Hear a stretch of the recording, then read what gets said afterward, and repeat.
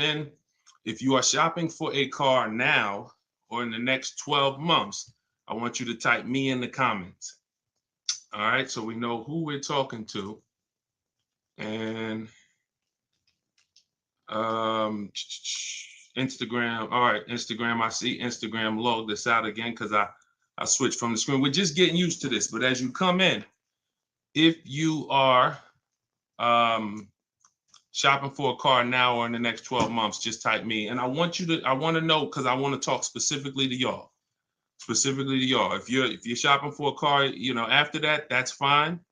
But I want to talk specifically to the people who are shopping now. Now, after you let us know if you're shopping, I want you to check in. Where we at? Where are we at today? Let me know where you are in the country. I like to do a roll call, check in. Where are we at in the country? Good to see you, Calvin. Good to see you, Catrella. Good to see you, Charlicia. Steeler Nation, St. Louis in the building. I see you. Okay. Hold on. Let me go here. TikTok. All right. Where y'all at? Let's. Okay. I see Dallas, Texas. I see Tampa. Hold on. I'm trying to see Chicago, Illinois, VA Beach, Utica. I see you. Check in. Where we at today? Where we at this afternoon, evening, morning? Come on in. All right. We got the whole country on here. And we got the whole country on here. All right. I want to welcome y'all to Car Q&A with me, Deshone the Auto Advisor. As you come in, if you could spend a minute or two with us, 5-10 minutes, an hour, you're going to get a lot of value out of it. We're getting ready to do some rapid fire Q&A.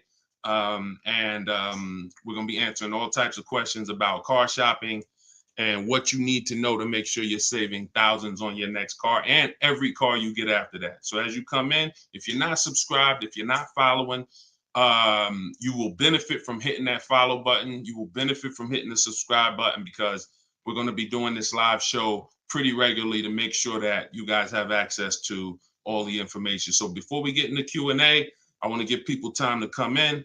I also want to finish up the housekeeping. My new digital book, Car Shopping for People That Hate Car Shopping, is now officially released. We are doing a 75% off sale. It's normally $97. It's a digital book. It has links to videos. It has links to my scripts. There's no guesswork in this, y'all. I want to give y'all a process that y'all can use for the rest of your life without having to worry about, I want y'all to be able to guarantee your success. So if you're on Instagram, you can go to the Instagram bio. You won't leave the broadcast. Get your 75% off, because it's only available for a few minutes at 75% off. TikTok bio, and then Facebook and Instagram. Y'all can go to deshonsbook.com, or you can scan the QR code. So let's go. Let's get your questions going. I want y'all to enjoy using that book. Get your 75% off and enjoy not reading it, enjoy using it. All right. So let me see. Let's start bringing in some comments. Where's our first question? Do I have to get financing? Oh, by the way, in a few minutes, y'all, I'm going to be giving y'all a very, very deep look into a game that's going to help you understand leasing versus buying. So in about 5-10 minutes, we'll start that game, and you're going to love it. You'll never be confused on whether leasing or purchasing is going to save you more money after we play this. Do I have to get financing to lease a car? No, you don't. Whenever we lease a car, we are always using the dealer's financing department, their company, the bank that makes the car. And because we can't shop for our own financing, how do we make sure that they're not marking up the interest rate on the lease? Multiple offers. There's no way for you to make sure they're not marking up the interest rate on the lease without multiple offers. That is what reveals the true deals when you're shopping for a lease. So there's no interest rate to shop for, but we must protect against interest rate markups with multiple offers, because some dealers will mark up the interest rate and never tell you. They'll just give you the quote, and they're depending on you not shopping their competition to find out that they marked up the interest rate on the lease. All right. So when you get your offers, it's always with multiple offers. Shout out to the sharers. Shout out to everybody who's sharing the broadcast. If this is your first time on a live with me here, just type 1. Type the number 1 if this is your first time on a live. I'm near the end of a 3-year lease. Is it best to buy the vehicle or lease another? It's very rarely best to buy. Very rarely. Shout out to the first time viewers. Good to see y'all. Very rarely, if ever, good to buy your lease. I'm going to tell y'all why. Because when you buy your lease, you're buying a used car. When you buy your lease, you are buying a used car. That's all that's happening. So, being that you are buying a used car, you need to know if would I normally buy a used car versus leasing. And the only way it makes sense to buy your lease out is if you're keeping the car another 8 years. I'm going to tell you why. You've already had the car for 3 years. You've already had the car for 3 years. Most people, when you buy your lease out, you're getting another 5 or 6 year loan for the balance. So you're committing to 8 or 9 years of payments on the same car. This spills into bad lease deals. The reason we don't take 48 months leases on a lease, because we're paying too long on a vehicle that we're giving back. We never want to be tied up long term in a vehicle we're giving back. That's the whole point. Leasing is meant to be 3 years, 39 months, sometimes 2 years, depending on what they're offering, in and out, switching cars very fast, always under warranty, keeping our payments low. Okay. Can y'all light up TikTok with the likes? Can y'all continue to tap the screen on TikTok? I see we got a few hundred people. We got about 400 people on total, all the broadcast. Could you actually hit that share button? Because I promise you, y'all, no one will ever get mad at you for sharing my page with them. I guarantee you that. In fact, my goal is to get them to thank you. Hey, thank you for sharing that. I like that guy's stuff. We try not to waste any time here. What about paying cash? VJ Live said, let me put this question up on the screen. If you're on, make sure you're subscribed on YouTube so y'all can see the whole thing, the presentation, when we share these numbers. We can't do that on Instagram and TikTok. So VJ Live said, what about paying cash? I have about 15,000 and I don't want payments, but they keep trying to push me to 25 grand range so I can have payments. Here's the thing. If you can find a quality car for 15 grand, great. If it's going to force you to buy something that's not, who's heard you always pay cash for a car? If, as you come in, thank you, Godhead. Shout out to the sharers. I see y'all. Who's heard always pay cash for a car? Type me in the comments. If you've heard always pay cash for a car, type me in the comments. I see y'all lighting up. Keep tapping the screen on TikTok. We appreciate it. Y'all lighting up the likes. Y'all can see where we at on the likes in the top left. Who's heard always pay cash? Right? 5150 times heard it. VJ Live said, heard it all my life. Now listen, bunch of Dave Ramsey advice. Now here's the real. Here's what I'm just telling y'all.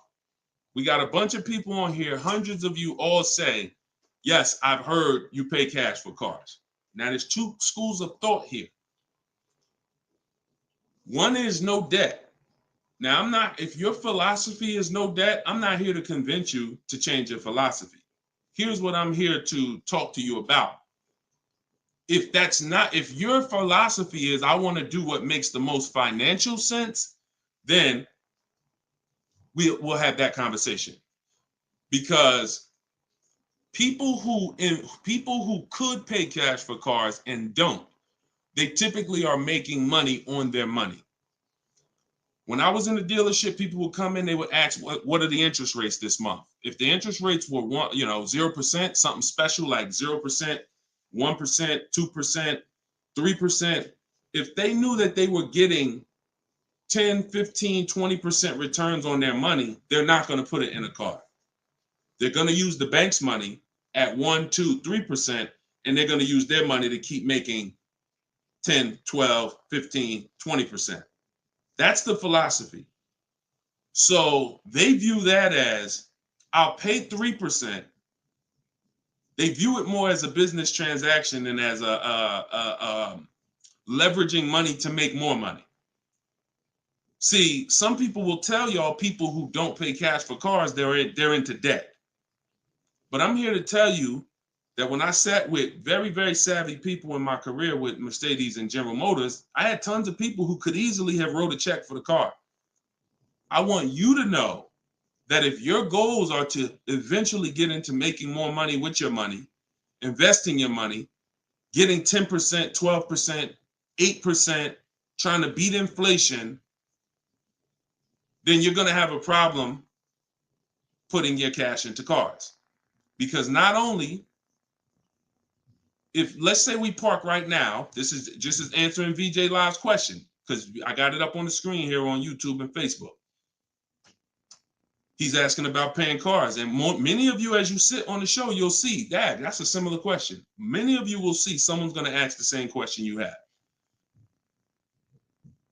When we start seeing that we can actually use the bank's money for less, we're gonna realize that when you put $20,000 of your hard-earned cash into a car, that money cannot make you more money. That $20,000 that you just put in the car cannot make you more money. You have maxed out the value of that $20,000. It's in a car, you can't pull it out. You could refinance, but that's not happening. You're going to refinance and just get another loan. The point is, your money's in that car now. So had you had an opportunity to invest that 20 and make 8%, 10%, 6%, 12%, that's what the people who don't pay cash for cars who are wise are doing. I'm not telling you there's a difference. Look, I talk a lot about budgeting. I talk a lot about affordability. All through my book, I have systems and boundaries. The rule of 72 and the 10th birthday, how long of a loan you take, how much, when should the car be paid off? That's all in my book. You can get it 75% off, or you can watch my videos. I'm going to always teach it. But if you want it all in one place right here, get the book, 75% off. It's in my TikTok or Instagram bio.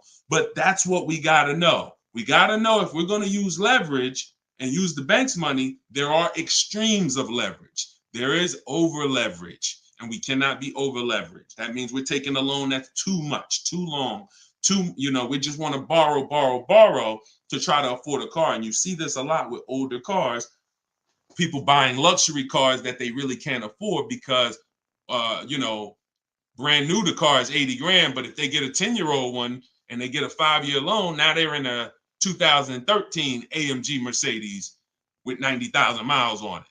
So that's the opposite extreme. Using leverage and loans to buy things we can't afford. But then the other opposite extreme is paying cash when we don't have to. Finding that balance between getting the car we want, getting the best car we can afford. Because you said, hey, I'm trying to find a car for 15 grand. I can't find it. They want me to spend 20, 25. Well, the name of the game is you better learn how to find if there's any cars out there for 15, you better learn how to find them. And you look everywhere, you look over all the marketplaces, and before you raise your budget up to 2025, we have something we do called the perfect budget. You got to go to 17 first. You don't go from 15 to 2025. You go from 15 to 17. See if I can find anything good for 17. Oh, I can't. All right, now I go to 19. And I have this calculator that's going to help you guys inside the book. It's called the Perfect Budget Calculator. You put in the money you have, you put in what you want your payment to be. It's going to tell you how much car you can buy. You put in your state, so we could have. How many times y'all walk in, right? And you're like, man, I want to spend 25 grand on a car, but you forgot to factor in taxes and the fees. How many times does that happen? Type ouch if you've ever dealt with that. Let's be willing to be honest. You had a budget in your mind. This is what I want my monthly payment to be. This is what I want to spend on the car. Next thing you know, you're a little over that budget, or sometimes a lot over that budget, and you're leaving like, all right, I see you, 919 Mike. Thank you. I see you, Mika Larkin. Shout out to everybody willing to be honest. See, in order for us to really make sure we don't make these mistakes, we got to be honest of the fact we've made them. So that's what we want to do. We want a budgeting system that tells us when we can. You spend any more than this, and you're going to be over your budget. You said you want a payment of $400 a month. That means you said you only got $1,000 to put down, or nothing to put down. Here's what you can spend on a car. And when you use this perfect budget calculator, you're going to never go over budget. Because honestly, y'all, we don't want to be anywhere near our top of our budget. We want to be shopping under our budget. That's where I want y'all. Under your budget. That's why I said if your budget was 15 and then your max might be 20, 25 with a loan, all right, we got to go from 15 to 17, to 17.5 to 18. We don't just jump to 20, 25. But we need a methodical system to do that, to help us do that. How do I get out of an upside down lease? Jose, you can only sell out of it. That's all you could do. You could sell out of it. If you, no matter what, y'all, who's in a car that they want to replace and they think they're upside down? They may have some negative equity. This is all in the book. I would really like y'all, the reason why I'm doing the 75% off, couple reasons. The book just officially came out, but I really want y'all not having to remember this. Yes, this live rebroadcast is going to be syndicated. So no matter when you're watching it, the information is going to be valuable and applicable. But I really want y'all to have the book so that you can actually reference the information over and over again. Thank you, B-Bad. Thank you for this info. Thank you, SJF Racing. So, all right. Yes, 25 goes to 30 real fast. Let me show y'all something, and then we'll continue. This is where we are right now on Goodreads.com. We're rated 4.94. We've already received 27 reviews, 31 ratings, and the book hasn't been out yet. So if you go to Goodreads.com, if you're on YouTube, if you're on Facebook, you can see what I'm posting. But I'm sharing the fact we're already rated 4.94, 31 ratings, and the book hasn't come out yet. So now that it's officially out, I really want y'all to have it. And so make sure you take advantage. Get your 75% off. It's normally $97, but while you're watching here, it's 75% off. Everything I teach is in there in one place, so you don't have to remember it. All right. If you have let's talk to the people who are in an upside down lease or upside down loan. First of all, we don't want to be there. I'm gonna tell y'all why. If you're in an upside down lease, that means you didn't pick your mileage correctly.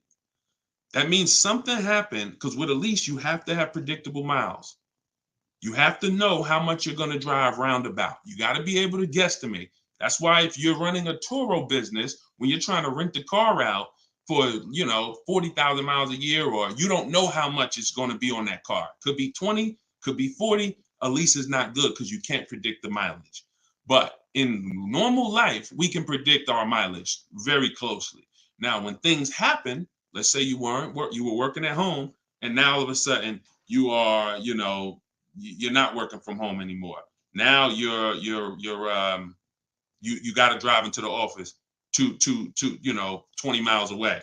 Well, that's a lifestyle change. That can lead to you racking up mileage penalties. But here's what we don't want to do. You don't want to buy that car, y'all. I'm going to tell you why.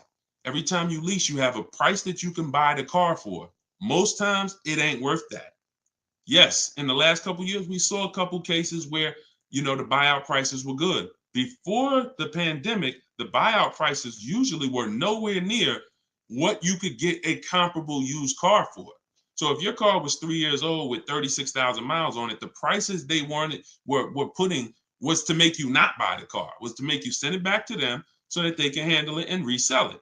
So if the price wasn't worth it to begin with 36,000 miles, I've seen people, you go over your miles and you're like, I'm over the miles, I'm just going to buy it. The price wasn't worth it with good mileage. The price wasn't worth, if you had 36,000 miles, that car wasn't worth you buying for the buyout price. You actually have 48,000 miles and they want you to pay the same price for it. So it's important that if we have to deal with penalties because we didn't structure the lease correctly, or because we didn't quite know what we were going to be driving, or we had a lifestyle change, taking the penalty and applying it over to our next deal is always, not always, but in most cases, going to be less money than us buying an overpriced car with high mileage now. We cannot just keep buying our leases without doing a market check. So when you asked about how do I get out of a lease with negative equity, all you can do is find out what the penalty is. There's 3 ways that you could get out of this thing. You could either pay the difference. So if you got, you could wait until your mileage, and this is, all right. If you have negative equity on a lease, I don't even like to call it negative equity because there's no such thing as negative equity on a lease. There's penalties. That's different. Penalties on a car you purchase. Yes, there's negative equity. You bought it, you have a loan on it, the value is not worth the loan, negative equity. With a lease, we have penalties, over mileage penalties. And now some people say, well, I'm gonna go over mileage, I'm gonna get out of the lease 3 months early. But you don't realize if you get out of the lease early, what do you still have remaining? Payments. Three months of payments, 6 months. Who's ever had a dealer say, hey, don't worry about the payments, we'll take care of the old payments? Who's ever heard that? Type me if you've ever had a dealer say to you, don't worry about the old payments, we'll take care of the old payments. Okay, lots of you. The problem with that is the payments don't disappear. They always get rolled over to the next lease. They always get rolled over to your next deal. So what I want y'all to start doing is I want y'all to see that the money is not hitting. When you have negative equity, 5,000, you got this baggage from your old car, it does not go away. It gets either transferred or you can pay off the difference. So the key is to stay out of negative equity, to stay out of penalties, because yes, once you have them, they have to be accounted for. We got to find our great deal, and then we got to bring our penalties over on top of the great deal. That's all we can do. Now, you better try to see what your car is worth selling it, because you said you're over miles. You call your leasing company, you get your payoff, you find out what your cash offers are. Go to Vroom. Vroom's out of business. Sorry, CarMax, Driveway, Carvana, AutoNation, and Kelly's Blue Book Instant Cash Offer. You can go to Car Guru, Sell My Car Too. These are all people that give you cash for your car. That's what your car is really worth, what those companies will pay. Whoever's the highest bidder, we take that. See, what I'm teaching y'all, and some of you are going to get it immediately right here, right now. Some of you, it's going to take a while to get the fact that your money comes when your savings come when you start learning to make people bid instead of getting one offer. You get the most money when you start learning to make people bid.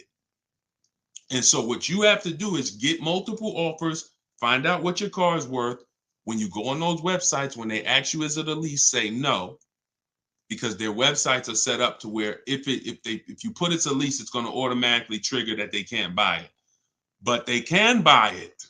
We've been doing this, y'all. I got hundreds and hundreds of members in Cars from Home University. We shop all around the country. You must put no when you're getting offers for a lease, because their computer is set up to automatically think that it's a third-party restriction and they can't buy it. But when you call your bank, you're going to ask them, do I have a third-party restriction? If they say no, then that means you can sell to anybody. But again, the way these companies are set up, they saw us making all this money on these cars, and the bank said, no, we got to do these third-party restrictions. And it was so many people going to those websites saying, oh, I'm about to sell my lease. And then they would get there, or they would talk to them and they would say, no, we can't buy it because it's a third-party restriction. So they just made their website default to, we don't buy leases, but we do know if you don't have a third-party restriction, they can buy your lease. And it's very important for you to know that. And if you do have a third-party restriction, it doesn't limit the fact you can sell and make money. It limits who you can sell to. When you have a third-party restriction, they say what they're saying is you can only sell your car to a dealer that makes the same brand. You cannot sell to a third party, Carvana, Driveway. You can't sell to them directly. You can only sell to a dealer. So what does that mean? I see y'all lighting up the likes on TikTok. Can y'all keep tapping the screen? Let's keep those likes going up. I see it. I appreciate it. And thank you to everybody sharing. So when you are, I just got off my point, but I know it was about selling. So multiple offers, y'all. This is all in the book, Car Shopping for People that Hate Car Shopping. Who has their copy? Who got their copy? We'll continue. We got some more time. We're gonna keep doing Q&A, but who got their copy of the book already? Who got their 75% off? I really want y'all using this. The book is affordable for everybody. Everybody. All right, especially at 75. Now it should show, make sure it's not showing the 97%, $97 price. That's the normal price. I see you, 5150. Okay. All right, I see you, Jimbo. Okay. Okay, I see you, Diane. I appreciate you. Okay, and I want y'all to use it. Don't read it, use it. That is like literally it's an action guide. That ain't a book you read and then you have a bunch of things you got to remember. I'm walking you through the process step by step. And again, everything I teach is in my videos. So I don't hold back in my videos, but I do want y'all to have access to all the information in one place. If if you don't want to cycle through all my videos to try to find it. All right, is it worth buying a car from Carvana? That's a great question, Danny. It depends on if it's the best deal in the market.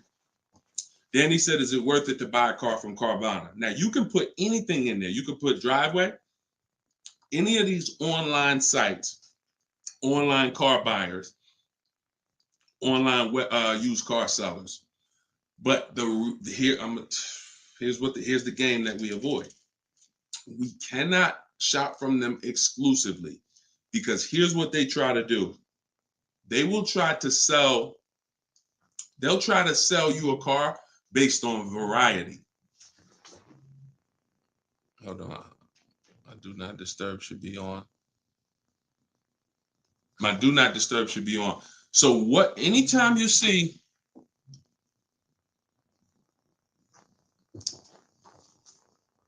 hold on one second.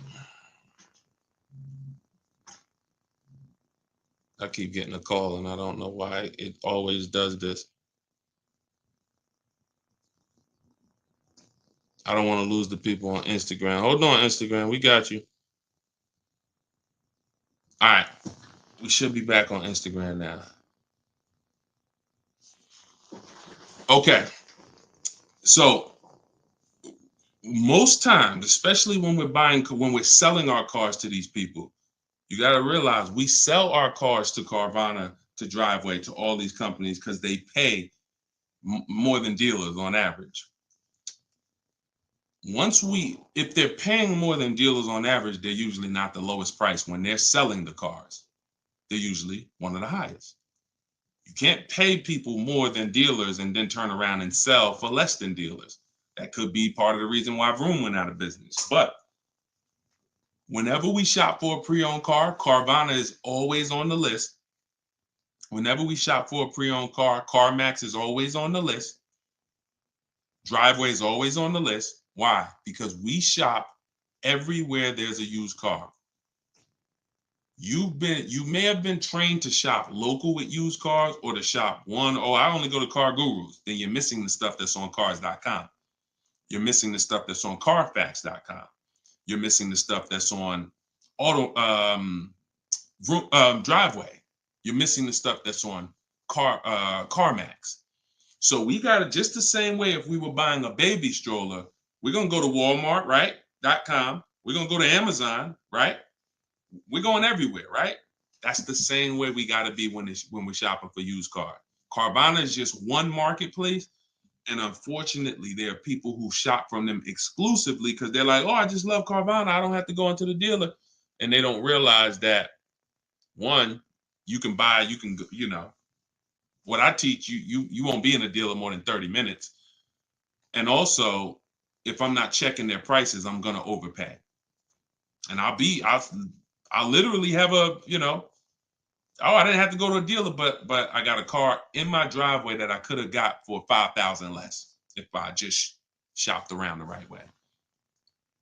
I did just mention Auto Trader. Auto Trader's on our list, Alex. Auto Trader is one of our marketplaces. It's one of the marketplaces we shop on. It's just like a Walmart. It's just like a Amazon.com. Auto Trader is a big one. We definitely don't skip any used car marketplace. Now, we don't use Auto Tempest because Auto Tempest pulls and aggregates some data from other people's websites. They're not their own marketplace, so they can't get all the data. So that's why I don't use them. We just go direct to the marketplaces themselves because no company has the rights to market everyone's product. And so as long as no company has the right to market everyone's products, the only way we're going to see all the product is by being on all the marketplaces. But I'll show you how to do this quick. This shouldn't take you more. Look, y'all, this is going to sound crazy, but it shouldn't take you more than 60 minutes, 90 minutes to get your best deal on a car. No, 90 tops. Tops. Not only do I want y'all saving thousands, I want y'all to save time. Deciding what you want shopping, test driving, that takes time. That's fun. Getting the deal, that should not take you more than 60 to 90 minutes when you learn how to get bids. Okay. And the more you stick around, the more you use what I teach, you're going to make deals and save more money in like less time. I don't want to spend more than 60, 90 minutes getting my car deal, and I don't. All right. Ivan said, planning to get a new car ASAP. What are the steps to prepare that you would suggest? Well, first thing is to know whether you're buying or leasing. Let's go into this game. All right, let's go into this game. Thanks for reminding me. Now let's this is a game that I've done this on in some master classes. This is also in Cars from Home University, my video library.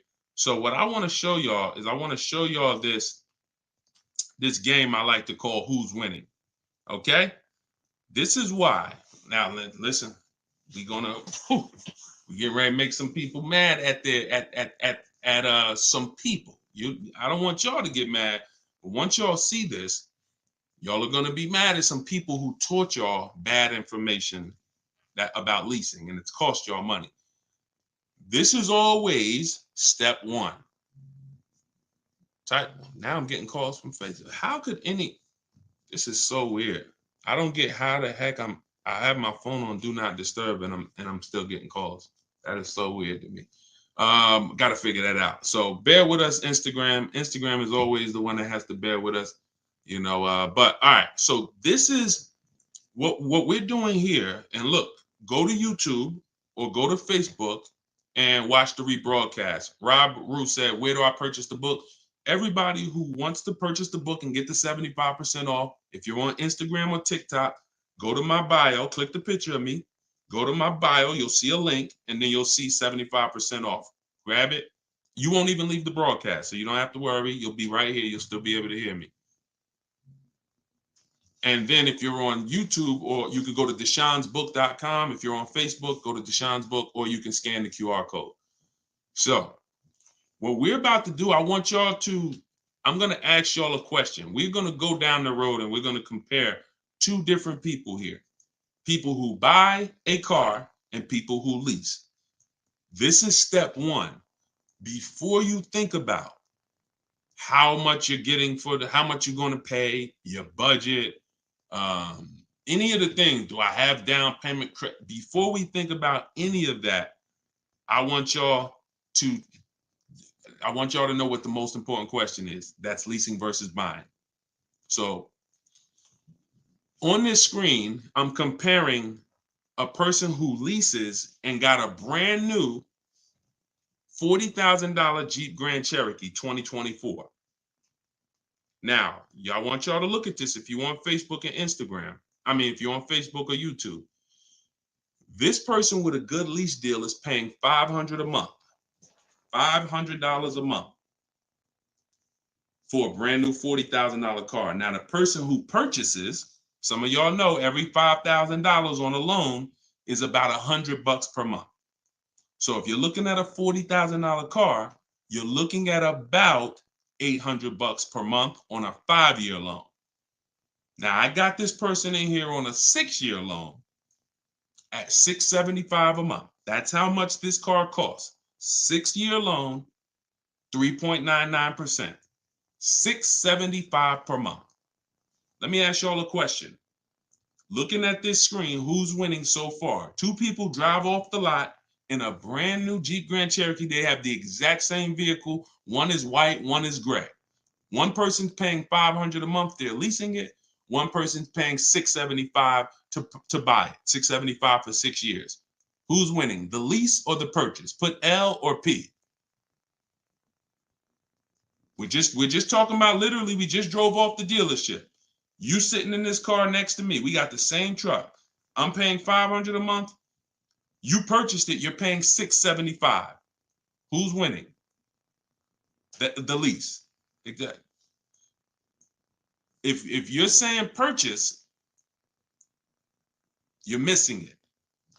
You and me are in the same car. I'm leasing the same car as you for $500 a month. You're paying $675 a month. Same exact car. Who's winning? Exactly. See, Rob, and these are the things where we can't look. There is no, the purchaser is not winning. It's not no. It depends. We have to go straight up. We have to go straight up by the numbers. See, that's where we lose at. We lose with all of this subjective, oh, well, it depends on how we look at it. No. You're driving a 2024 Jeep Grand Cherokee. I'm driving the same vehicle as you. I lease it, and every month $500 comes out of my household. Every month $675 comes out of your household. We have the same exact car. Who's winning? The lease. Exactly. That's what we got. We're gonna go down the road. And listen, go subscribe to YouTube. Watch we're gonna syndicate these episodes. So you might be watching the syndication. It doesn't change the value. I want you to see that $500 a month coming out of someone's household is $175 less than $675. So the person who leased so far is $175 per month richer. Every month, the person who's leasing over here is $175 per month richer. Now let's go to the next slide. Now, 3 years later, person wants to buy. Person wants to buy. Now, here's the thing about the purchase. There's an amount you owe. On a 6-year loan, they would owe $24,000 at the end of 3 years. I've already done it. You can watch this. That's how much the balance on their loan would be. It would be $23,400. So that's the amount they need to break even on the car.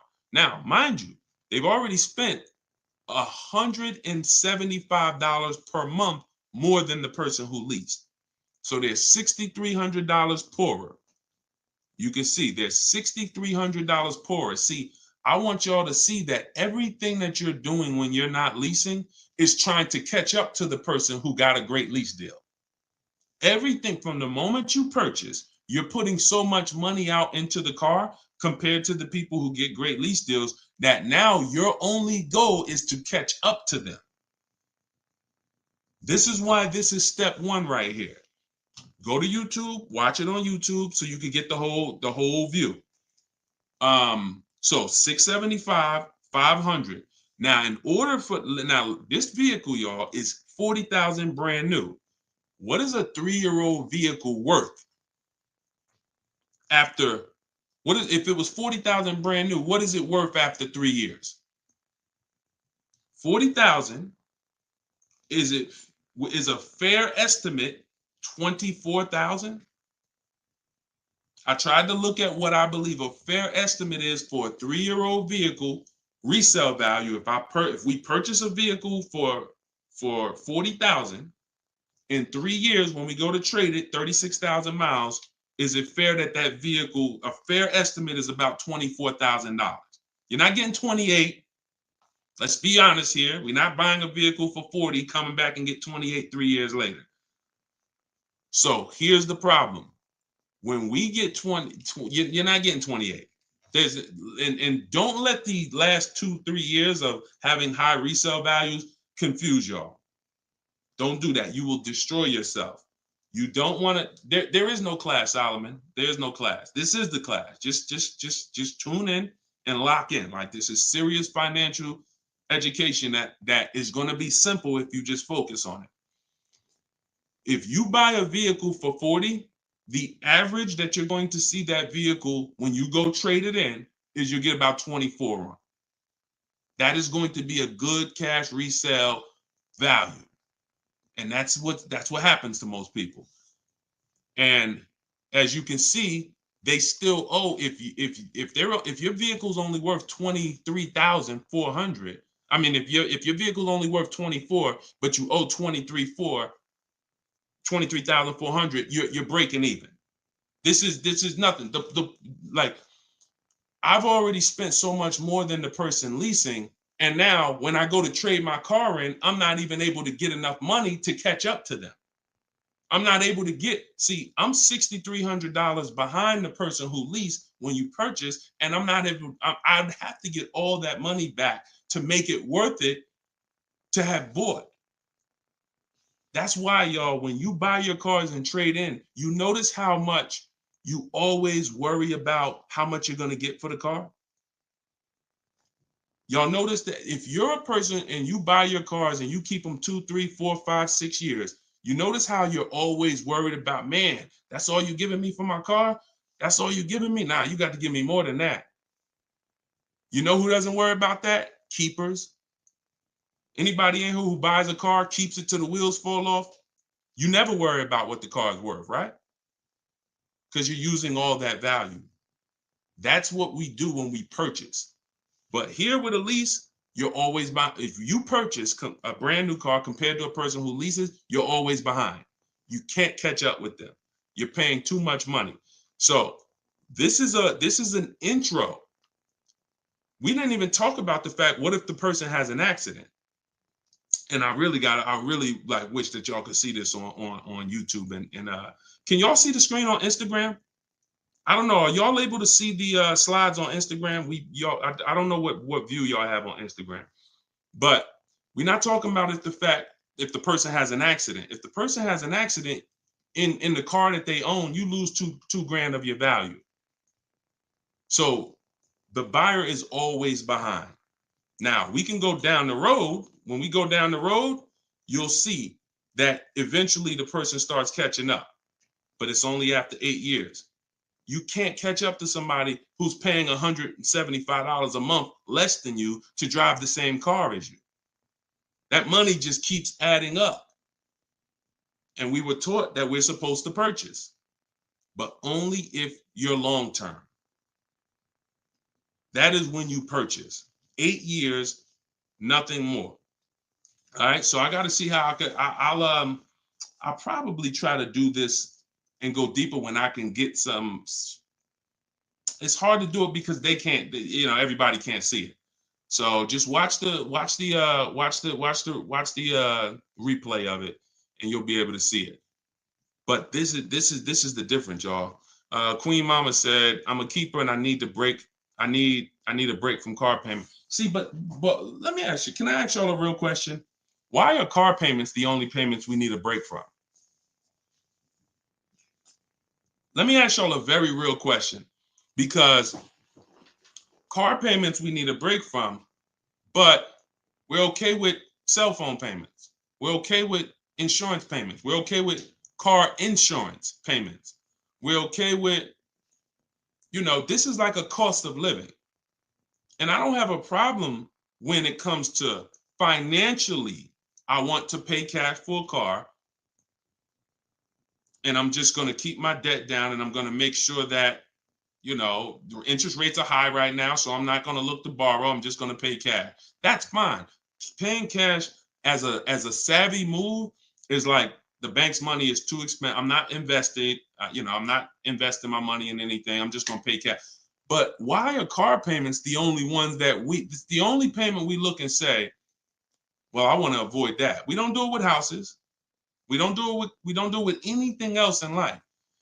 And sometimes it makes us get a bad car because we like, oh, I'm just going to save up $8,000. I'm just going to say. Meanwhile, if we knew how to properly structure our deals, we can get the best car for our budget, under our budget.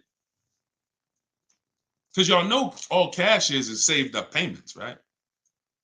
All people be like, oh, I'm going to pay cash. If you save up $20,000, that's just a bunch of saved up payments. Yeah, she said, I'm tired of house payments too. I understand. And again, if we have the cash and we can go and we can look, I'm going to teach you how to pay cash for cars if it makes sense. And if you have cash, that's great. We got to make sure we get the best price on the car. But at the same time, you need to know when it doesn't make sense to pay cash. If they're doing 0% financing on the car you want, why wouldn't we use the bank's money at 0% and let our money continue to make money, or continue to keep our cash free? So again, because there's nothing to justify it. There's nothing to make it make sense. Oh, I don't want car payments. I don't want any of the payments that I have in my life. But my goal is to get the best you know, the best out of what I'm paying for. But yeah, it's a lot that goes into it. You got to make sure that those that's why y'all, we got to shop below our budget. I need a break from rent. Yeah, we got to shop below our budget. Look, when we let people talk us into cars that are above our payments goals, that are above our monthly expense goals, oh, now we get tired of them. But if your monthly budget was 500 and you went in and you left with a great car at 450, 425, you ain't really tired of that payment. You're tired of the payment, right? Like, you're tired of the payment that's 700 when you really didn't want to go above 650. Now you're like, dad, I'm paying 700 for this car. Dad, I'm getting tired of this. When you're under, you don't get tired when you're under your budget. You get what I'm saying? Does that make sense? Type I don't know, $ if that makes sense. We only get tired of payments when they're over our budget. When they're comfortably within our budget, we're never tired of them.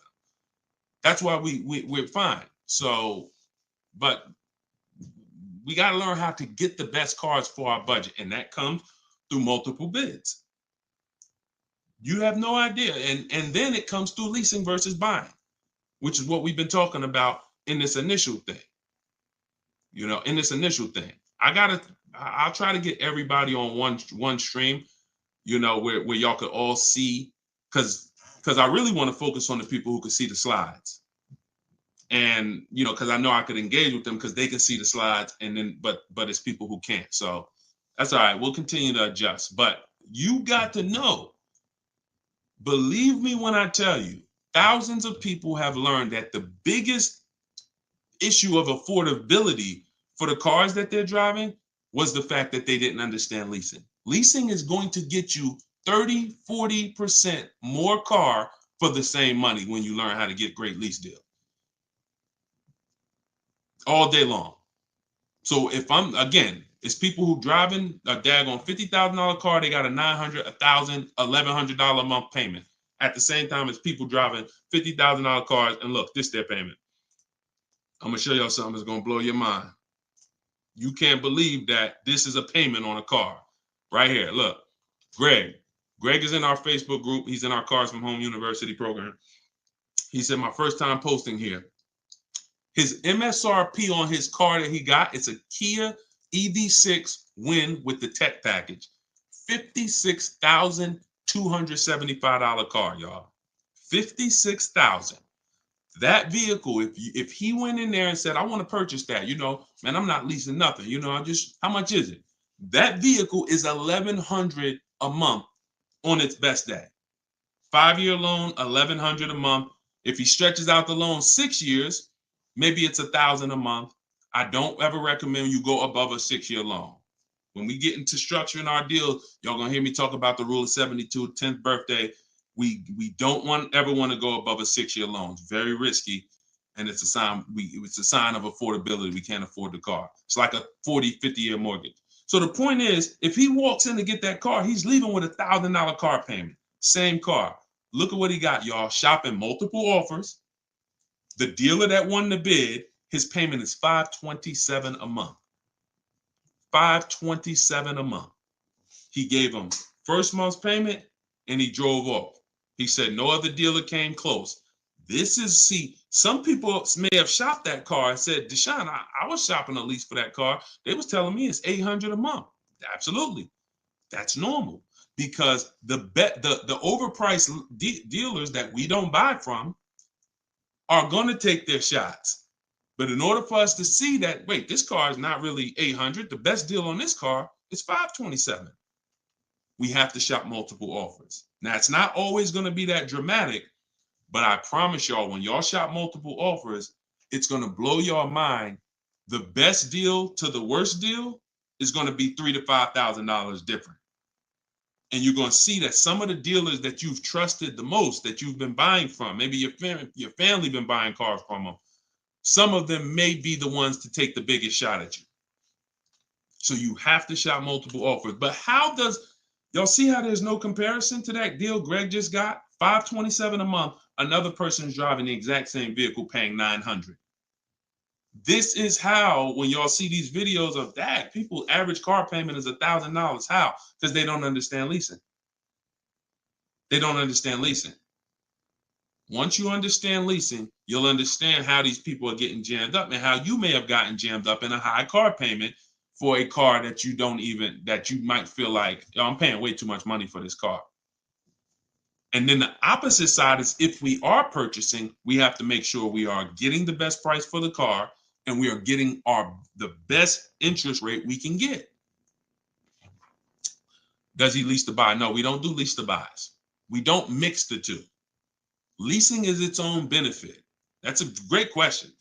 Great question. Let me put the banner back up for those of you who want to get the book. See, if you don't want to have to remember all of this, grab your book. My new book is called Car Shopping for People That Hate Car Shopping. It's digital, so you could download it, be literally using it in 2 minutes, and just go to deshonsbook.com. It's 75% off for our launch, and you can get your copy. If you're on Facebook or if you're on Instagram or TikTok, you could go right to my bio.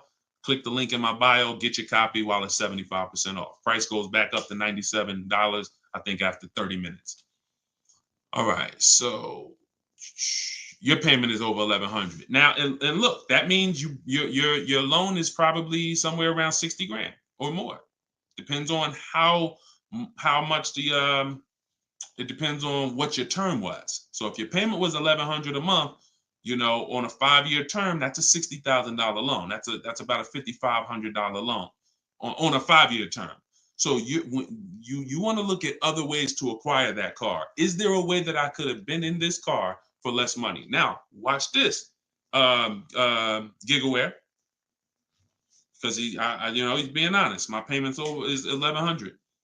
If you are buying that car and your intention is to keep it, and that means your intention is to keep it for 8+ years, you're going to pay off that car, and then you're going to just, start to catch once you don't have a car payment, you can start to catch up to the person who leased, because the person who leases is always going to have a payment. That's the downside about leasing.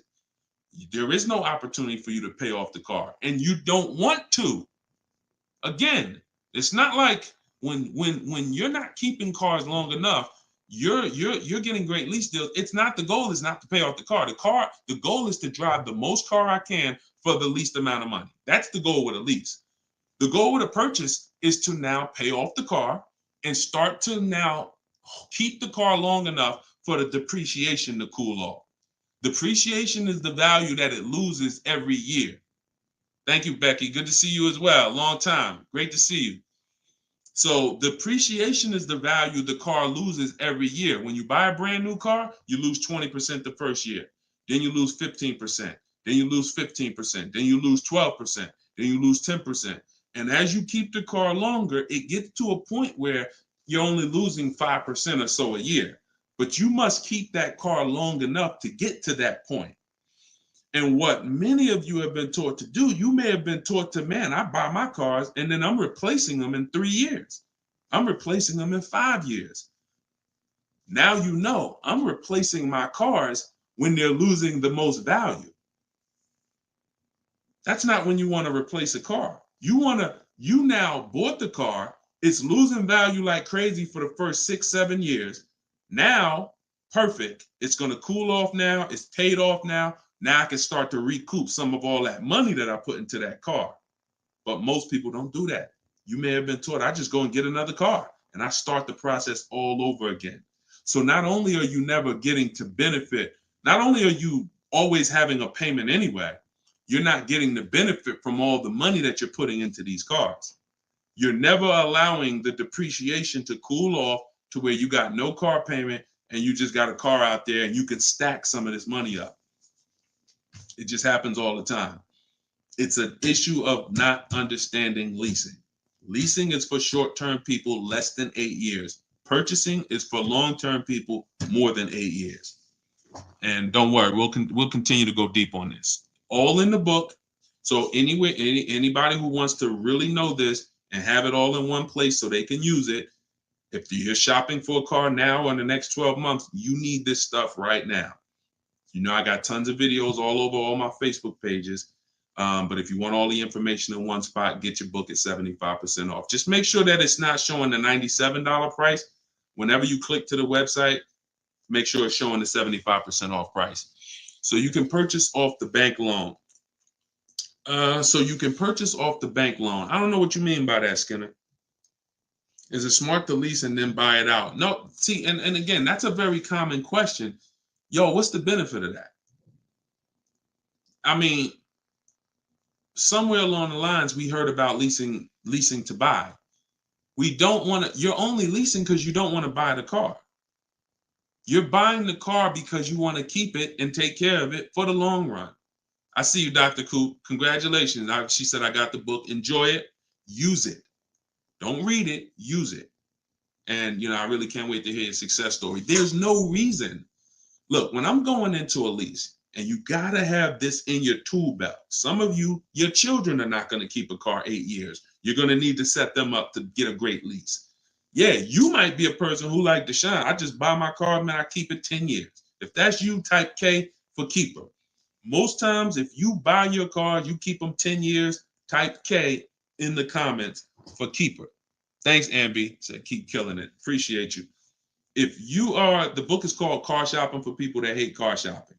It's in my TikTok bio and it's in my Instagram bio. But I think you only got, it's 30 minutes. You could get it for 75% off. While everybody is on, you could get it 75% off.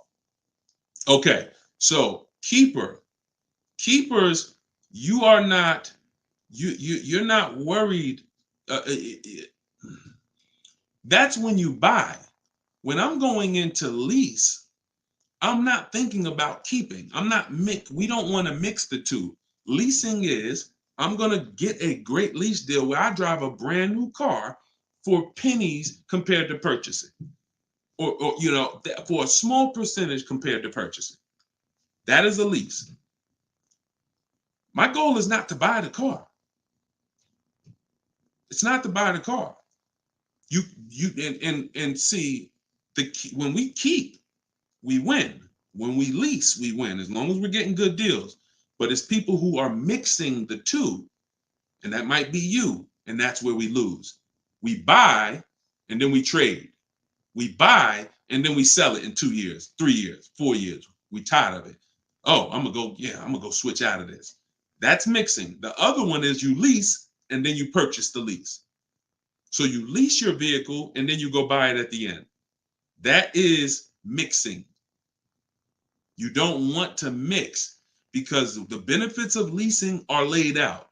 The benefits of purchasing are laid out. Very clear, separate benefits. When you mix the two strategies, you lose the benefits. And again, most people who would tell you they bought their lease, they're buying it with a 5 or 6 year loan when they've already been paying 3 years to lease it. The lease is 3 years. The loan is 5 years. That's 8 years. And I'm going to tell y'all how this happened. How I figured out this was so bad, I'm going to be honest with y'all. I was in the dealership one day. Somebody comes in. They're like, hey, I want to replace my car. So I go out and I look at the car. I ask them what they owe. No, I don't think I asked them what they owe. They come to the dealership. They say, yeah, I got a car out there. I want to trade it in for a new car. And I'm like, okay, that's pretty normal. Let's take a look. Here's what happens. I say, what year is it? And they'll say, well, it's a 2018. I'm just using like a real example. Like they say, oh, it's a 2018. Now I'll ask them, how long have you had it? And they'll say, well, I bought it brand new. So I've had it 5 years, 6 years. Now, follow me, y'all. Everybody on here, I want your opinion on this. Person comes up and says they've had a car for 6 years. They bought it brand new. They've been paying on that car for 6 years. Don't you think that car should be paid off by now or almost paid off? Yes or yes. Type Y if you understand. Person bought it 6 years ago. You go out and I'm like, okay, mister, how long have you had it? They're like, I've had it for 6 years. So I'm like, okay, perfect. Everybody's saying yes. So this is what I'm thinking. This is how I found out buying your lease was a bad idea for most people, if not all. So I go and I say, okay, great. I see you're here trading. Now, in my mind, I'm already trained to talk to him about leasing because, thank you, Brent. I know you're here trading this car in 6 years. I want to show you what leasing looks like, and you're going to love that a lot better. You're not going to need this down payment. I'm going to be able to give you a check back for this equity in this car you got here. It's going to be all good. And I've helped some people do that. They come in and I show them the lease, and I'm like, you know, you keep just trading your cars, but if you lease, here's what, boom, that you could do. And then I'll give you this, you know, you get a big check back for your balance of your old car, all of that. So this is when it works, it's beautiful. But when it doesn't work, this is what it looks like. I'm like, I run in and I'm like, okay, your car is worth about $15,000. Instagram just logged me out. Instagram just logged me out of nowhere. I don't know what happened. Let's see if I could go back. All right. So now when it doesn't work, so I go out and I find, you know, the used car manager may tell me this car is worth $15,000, and I'm like, okay, perfect. It's probably paid off.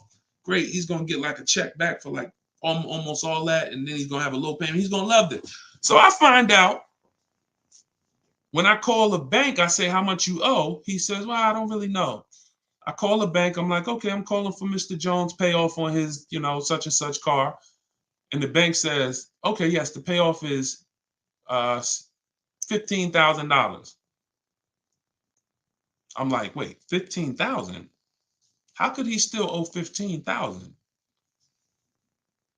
This doesn't make sense. I look at him and I say, the bank is saying you still owe 15,000 on the car.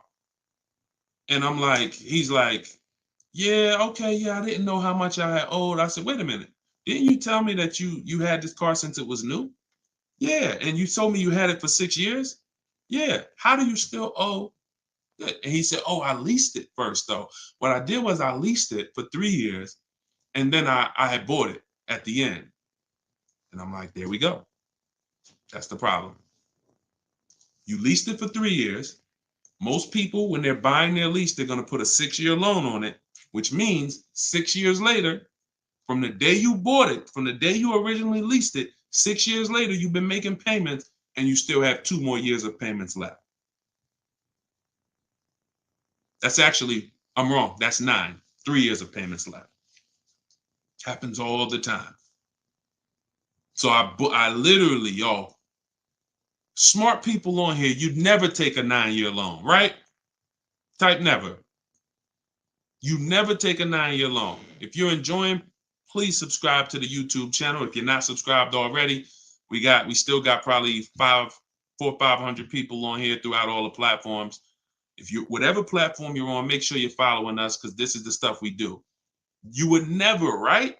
You would never take a 9-year loan. But the same adamant, we're adamant we'd never take a 9-year loan. We got to see every single time. Thank you so much. I appreciate the gifts on TikTok and all the platforms. We got to take every time we hear about buying our lease out, unless we're going to pay cash for it, which is another discussion. But most people are not. They're going to take a 5 or 6 year loan out. So as soon as you hear lease to buy, as soon as you think lease to buy, I want you to think 8 or 9 years of payments on the same car. That's why it's a bad idea. That's why it's a horrible idea. Okay. Now, if you are comparing, we had somebody in our group yesterday who was asking about buying his lease out because he's going to give the car to his parents and because they're going to keep it long term. And the value of the car compared to the value of a similar used car is a great deal. That's different. Buy it. Because all you're doing when you're buying your lease is you're buying a used car. It's your car. I used to help people buy their lease. Hey, they come out of the office. We switch the plates because we got to re-register the car. And I'm like, okay, so how was it? Now, they just signed up for a 5-year loan, 6-year loan on a car that they've already been in for 3 years. They're not really excited about it. You know, I've had the car for 3 years. At least when you go buy a used car, you're excited about it. You're excited. Oh, nice. It's new to me. But when you buy your lease out, you're not really excited. Thank you, man. Y'all going crazy with these gifts and everything. I appreciate it. So these are the things, like what I want y'all to have, as long as you stick with me and you learn what I teach, you're going to have clear boundaries that you operate in that always protect you. That's the name of the game. There's clear things I do. There's clear things I don't do. I know I have rules. I have boundaries. And what I want y'all to get familiar with is the 8-year rule. The 8-year rule is the first rule. It says if you're not keeping your car 8 years, you should not be buying it. You can't outlive the depreciation. You cannot outlive the depreciation compared to someone who purchases. Now, it's too much to go deep on right now. We'll go deep because I know some people thinking, oh, Deshone, but if I pay cash for a brand new car, I'll pay less overall. Yeah, but if you pay cash for a brand new car, you're still laying out all the money.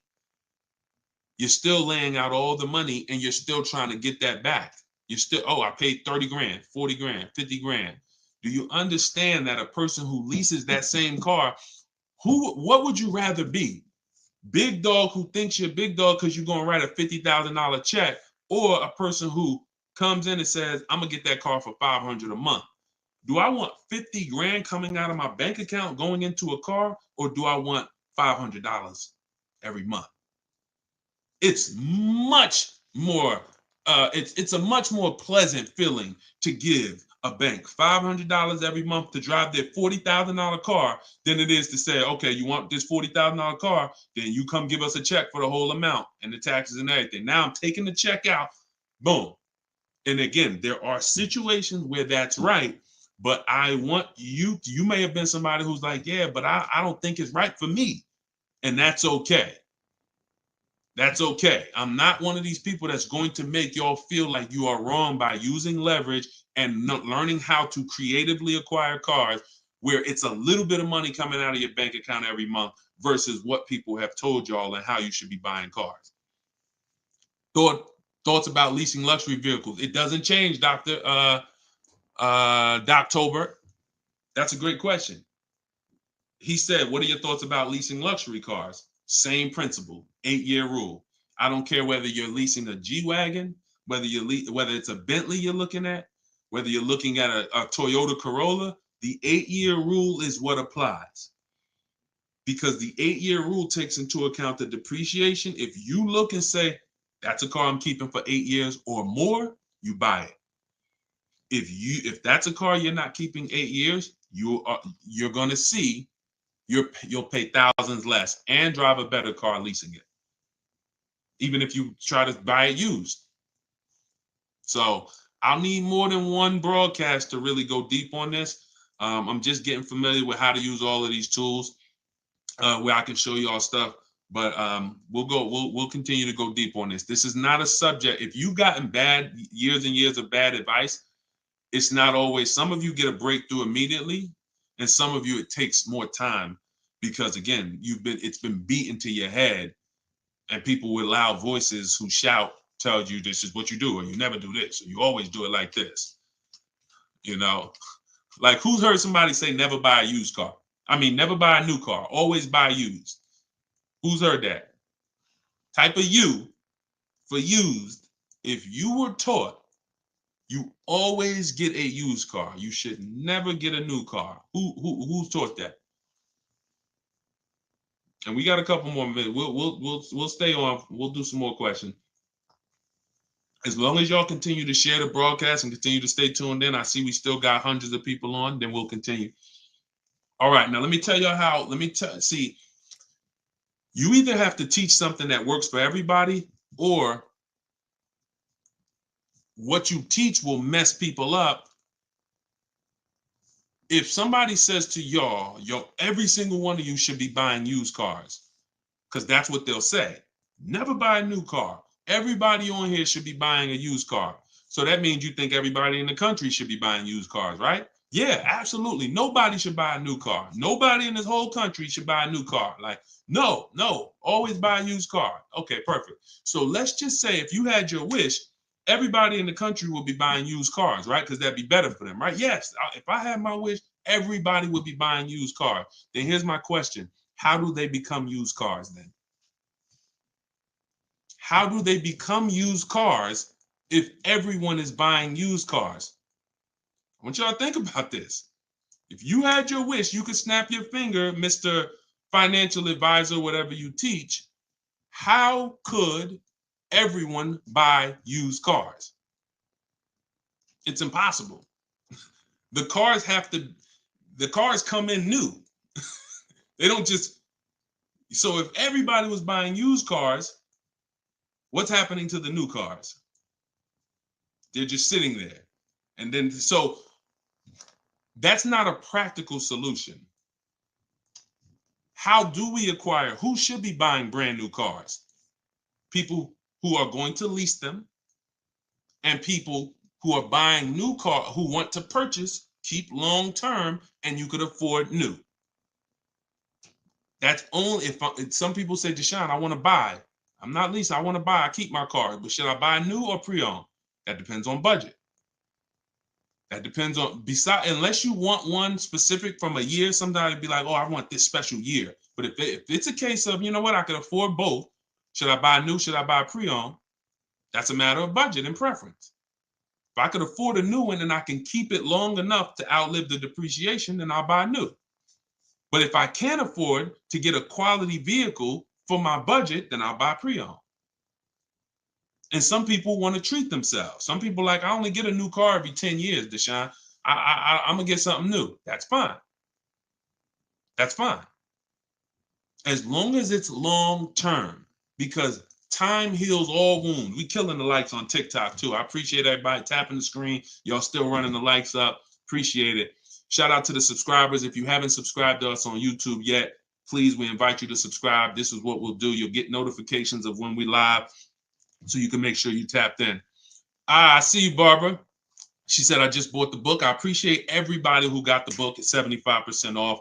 This is the launch. I'm excited. As y'all saw earlier in the broadcast, we're already rated 4.94 on Goodreads.com.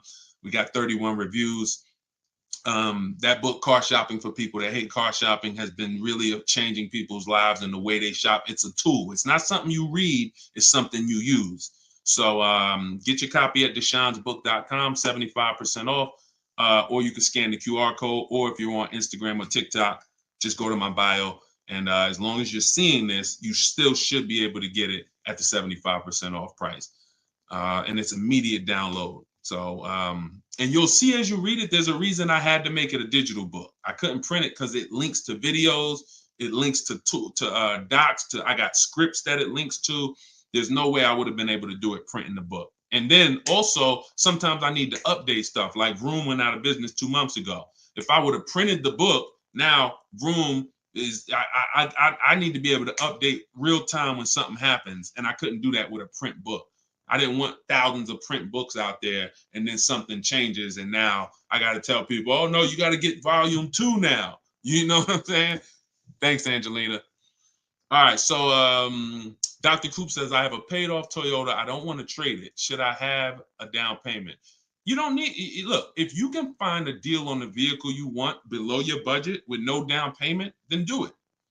You said you have a paid off Toyota. You don't want to trade it in. Now, here's what I ask people. You put the vehicle to use, because if you're going to go and get another vehicle, then you're going to be paying for that vehicle.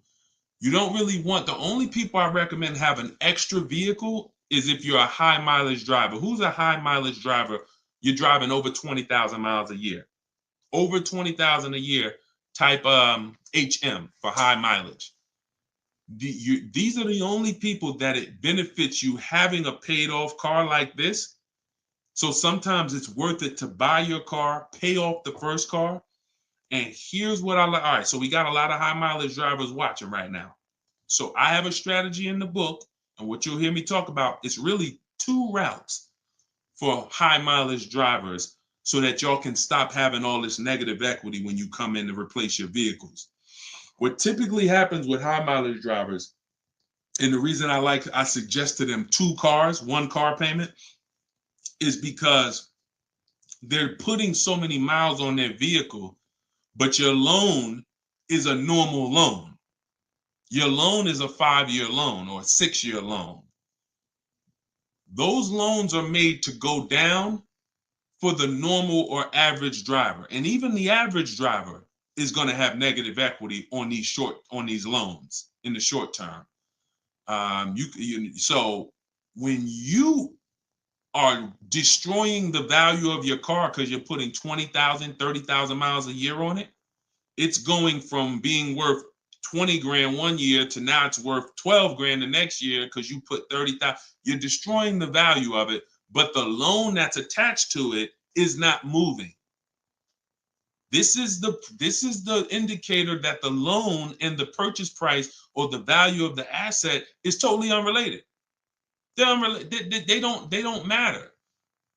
That's why you have to make sure you get a good price on the asset. You can't just pay attention to what is my loan doing, because your loan doesn't tell you what you're really in the car for. So check it out. You now are putting all this mileage on your car. You come in 4 years and you're like, hey, you know what? Car got 200,000 miles on it now. Let me go ahead and trade this thing in. Problem is 200,000 miles. You still got 2 years left on the loan. You still owe 15 grand. You still owe 12,000. You still owe 20,000. And you are now seriously hurting your value, your next deal, because all that baggage you got to come to this next deal. The solution to stay out of that is to make sure that you are having either, I teach either 2 routes. Well, the third is really just be a long-term person.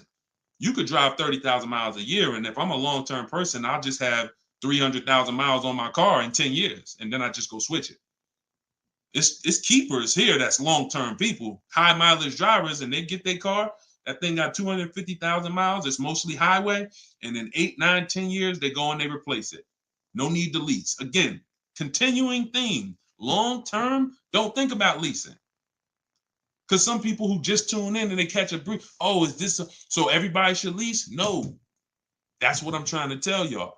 Long-term people, long-term purchase, you buying a car for your kid in college and they're like, yeah, I'm going to keep that thing for 10 years, man. You know I'm boring. Great. But most kids are not. They're like, hey, when I get my job, when I turn 24, I'm probably going to want something different. So if you're not a long-term person, you should be purchasing. But I mean, you should be leasing. But going back to the high mileage, y'all, this is how it works. The 2 strategies for high mileage drivers is to have one separate car. You pay that thing off. And now that becomes your mileage car. And you go and lease a nice car. This is beautiful. This prevents you from having 2 car payments. And this allows you to have a nice car that you're not destroying. So you pay off that first car. If you're going to go this route, your first deal is a purchase, because you're going to get that first car, pay it off, could be new, could be used, but it must be quality. Pay it off. And as soon as that car is paid off, now I go lease my nice car. So I might be putting a high mileage on that first car I'm buying, but once I go lease my nice car, now I got a payment over here. My nice car is over here.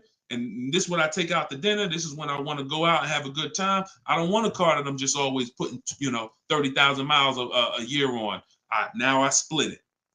And this has allowed so many high mileage drivers to continually be able to predict what they're going to put in these cars, because now they can't. You cannot predict how much y'all are spending on these cars, high mileage drivers. Y'all are losing so much on resale value. Your loans are just so high and they're moving slow. You don't know how much you are losing, but I break it down for you. It's thousands. You can't destroy the value of a car and then go trade it. It follows you. So that's one strategy. Second is a high mileage lease. Second is straight up.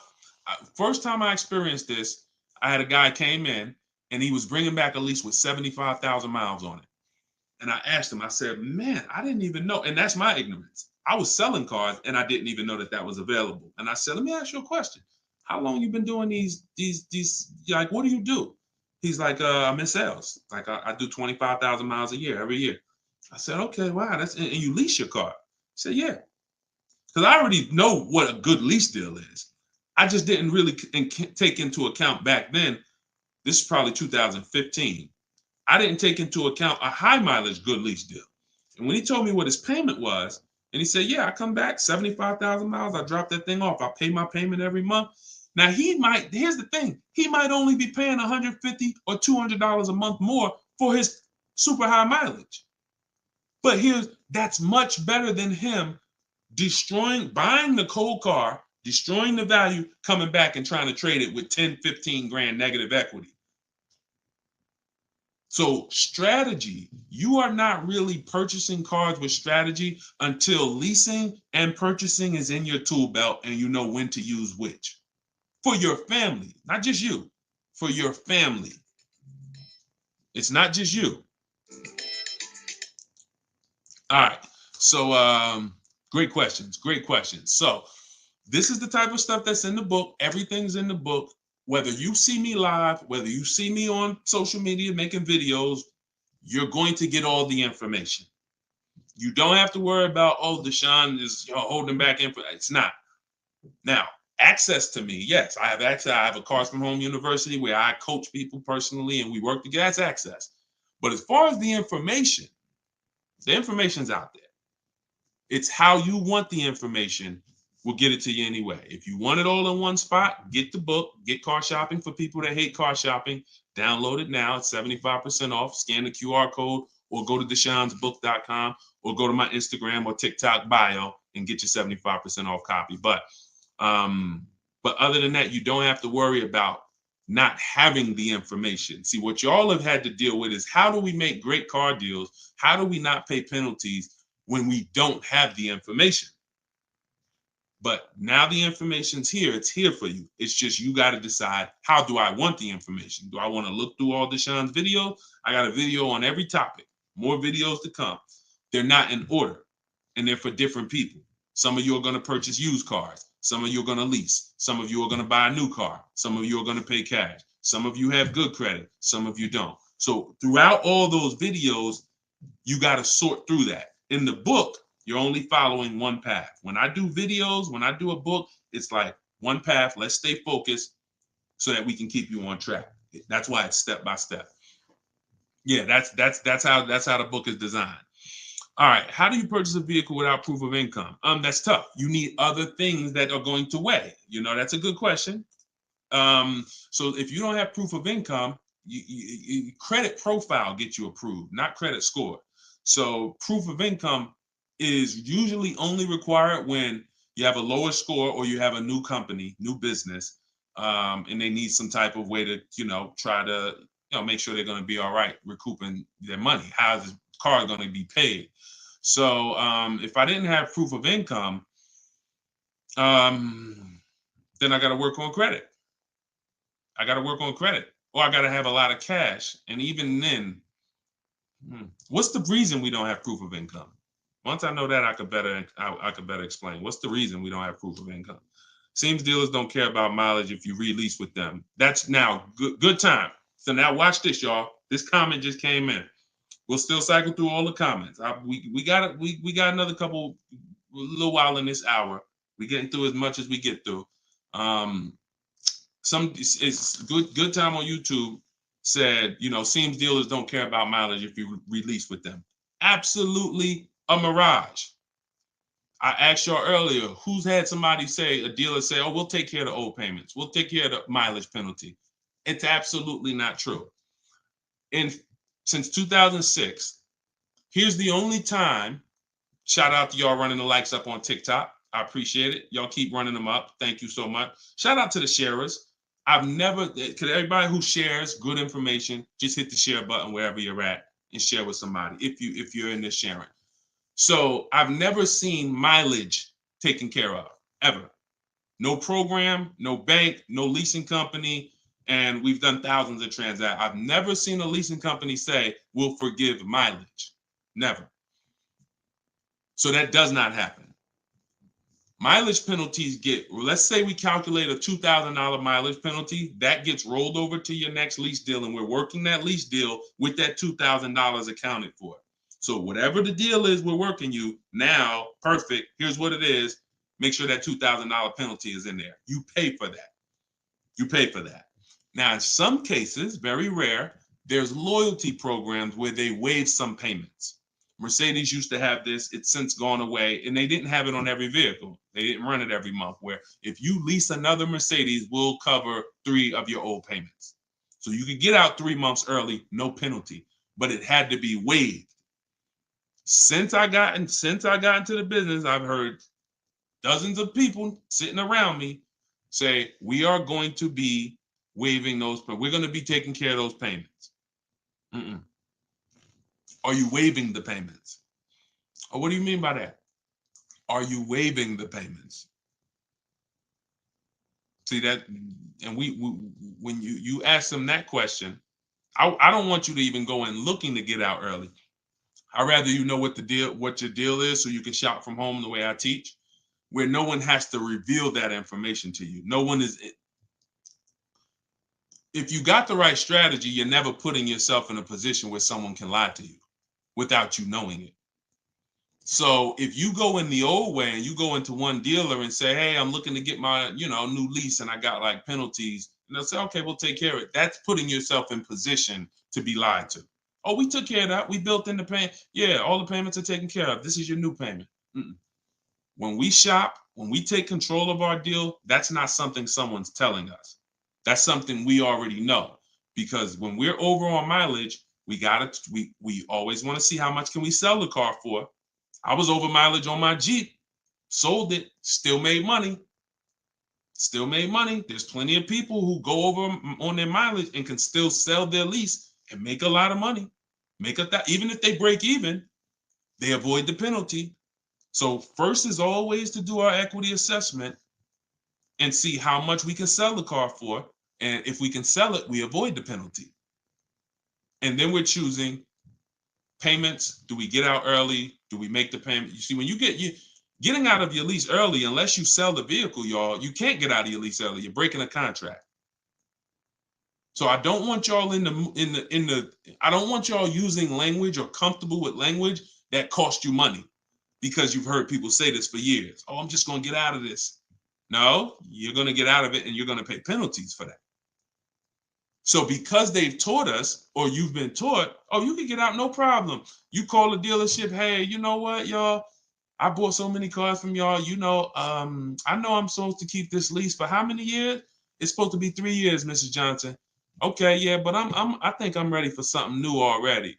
All right, well, when can you come in, Miss Johnson? See, they're never going to say, just so you know, Miss Johnson, if you break the lease, the penalty is going to be, pretty significant, because you contracted for 3 years and now you're getting out. So we're going to have to roll over probably about $3,000 or $4,000 or $5,000 to your new lease. So no, they'll just come in, get you in, and all right, here's your new payment, Miss Johnson. You don't realize that I'm paying $100 more for this car than I could have been paying if I just waited. But because you've been taught to be a payment shopper, it doesn't matter to you. But somebody who's financially savvy, who's like, man, I don't want that extra $100 coming out of my house for the same vehicle. You're not going to do this.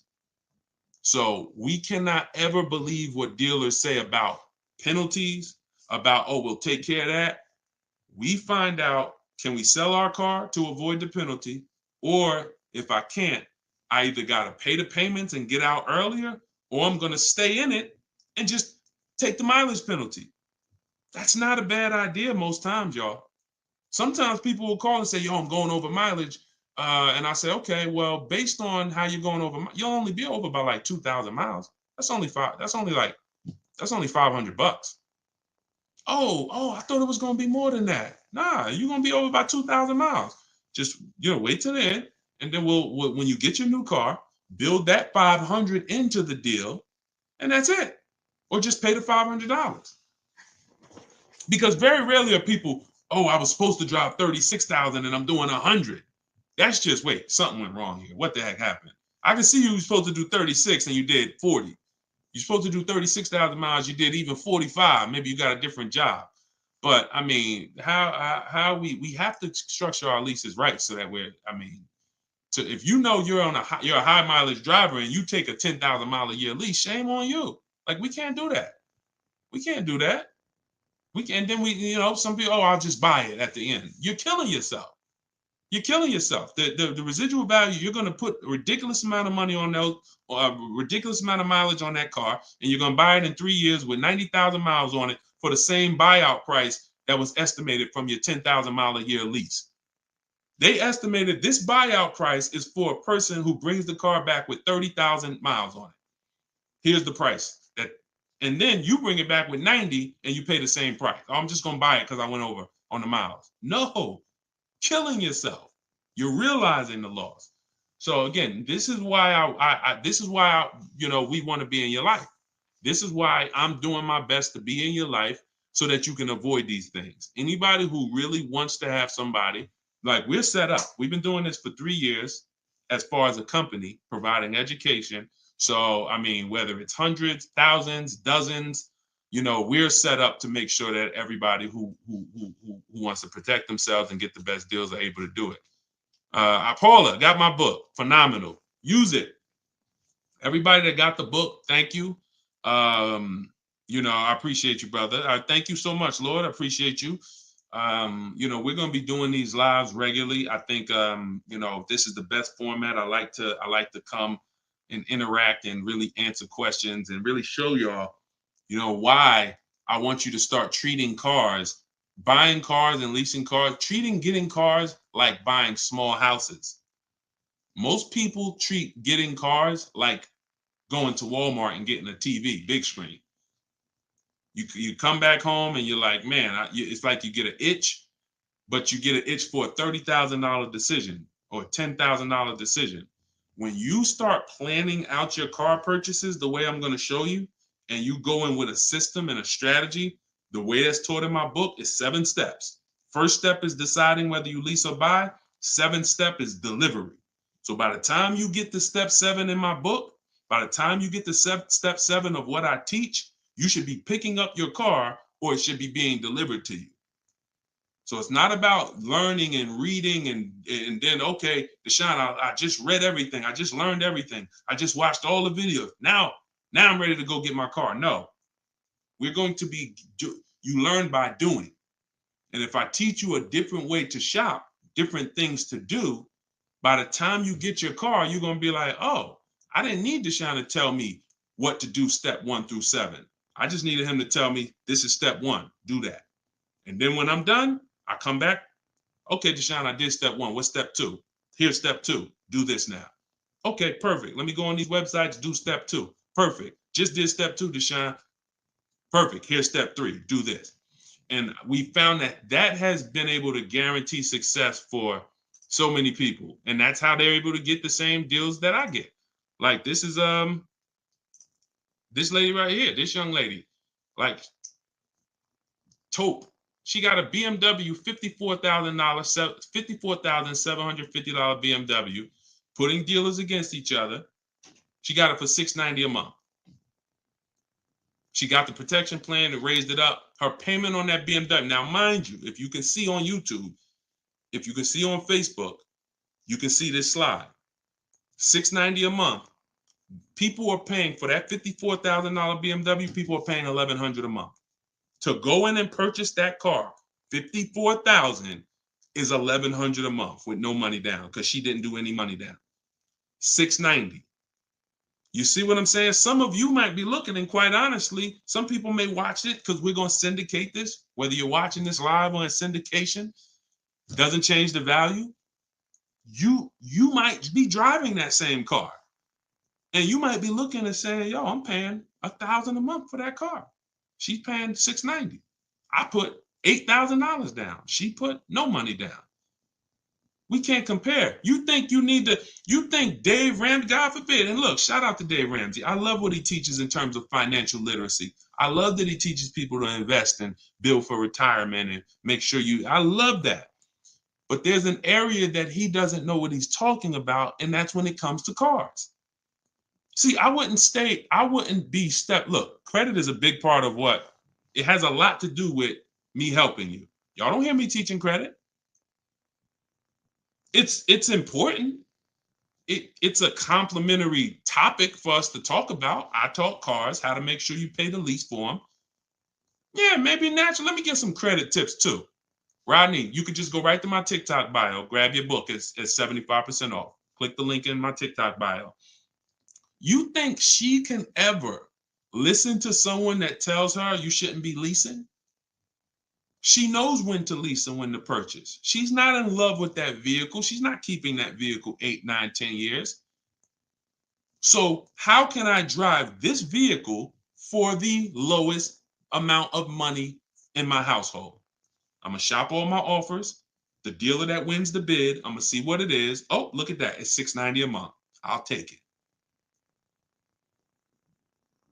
This is how we are going to keep thousands of dollars in our household. As things continue to go up, I need you guys to be spending, I need you not only to be making sure your cars are below your max budget so that every single month you're not growing tired and weary of your car payment.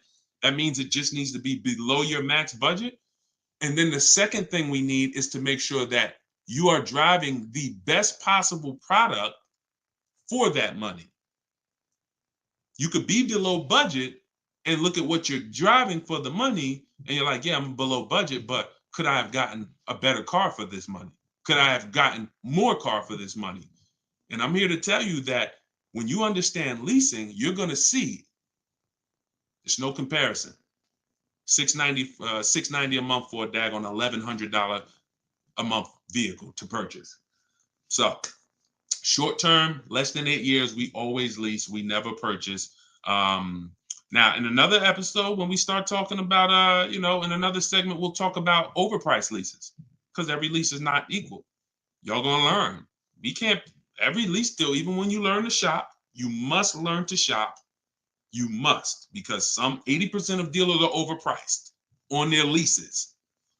80% of dealers who gave Tope a quote, let me come back from this screen. 80% of dealers who gave a quote to this young lady, Tope, on her BMW, were a lot higher. Some of you even saw it on the video. It said it when she wrote it. It said, man, all these other offers were a lot higher. That's how it's supposed to be. So you can't go back and forth with one dealer. You must reveal the best dealer, the best offer through multiple offers. So that's what you do. And you do that whether you're leasing or purchasing. And when you start doing that, you'll understand. That's in the book. That's what I teach. Bids. One-to-one negotiation is dead. I want y'all to eliminate one-to-one from we never do it. Because you cannot do that with any other item and win. You can't do it with jewelry. You can't do it with groceries. You can't do it with televisions. You can't do it with houses. One-to-one negotiations, you lose every time. You must see multiple options, multiple offers, and then we pick the best one. And what you see is that's gonna be done with loans we get, cars we buy, and cars that we sell. We don't trade. So, all right, yeah, this has been great. I need her contact. I don't know what you, I guess y'all having a conversation. I didn't know what y'all needed contact-wise. All right, let's see. Is buying and selling a car a good hustle? I'm not really teaching people how to buy and sell cars because, there's, if you want to go into the car business, that's not what I teach. Do I have to log out to purchase the book? You shouldn't have to. Let me try to reset. Let me know if it's still showing a $97 price or if everybody was able to get the 75% off price. Let us know. All right, I just reset it, so it should give you an opportunity to go back in there now and get your and get it at the 97% off. All right. Buy dealer loaner cars. It depends. Those can be great opportunities. But again, we still need something to compare it to, Tina. Tina on Facebook said, buy dealer loaner cars. Now, we will buy or lease a loaner car if it's a great offer. So when we reach out to dealers, you'll see in the book, I teach you to go to the website because I give you my scripts. I tell you what to say. Some of you could do it by phone if you want to call a dealership and try to get multiple offers, but I would only speak to a sales manager. And even then, you got to just make sure that you but only speak to a sales manager. But the point is, if they have a loaner car, it needs to be so much better than what I could get a brand new one for. So if, for instance, if the dealer that wins the bid is offering me $3,000 off on a brand new one, but a dealer with a loaner car is only offering me $3,000 off or $3,500 off, and it has 3,000 miles on it, I'm going to go with the brand new.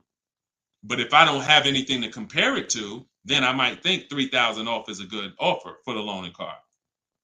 See what I'm saying? See, price assurance is when you guarantee. I want y'all, listen, if you want price assurance, type PA in the comments. You want this every time you make a deal. Price assurance means I guarantee that I paid the lowest price that I could have paid.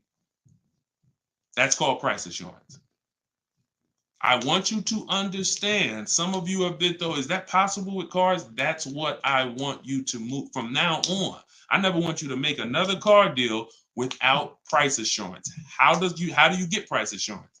Multiple offers. It's the same way you get price assurance when you're buying groceries, when you're buying, spaghetti sauce. I know I saw enough offers to know there was nothing out there less.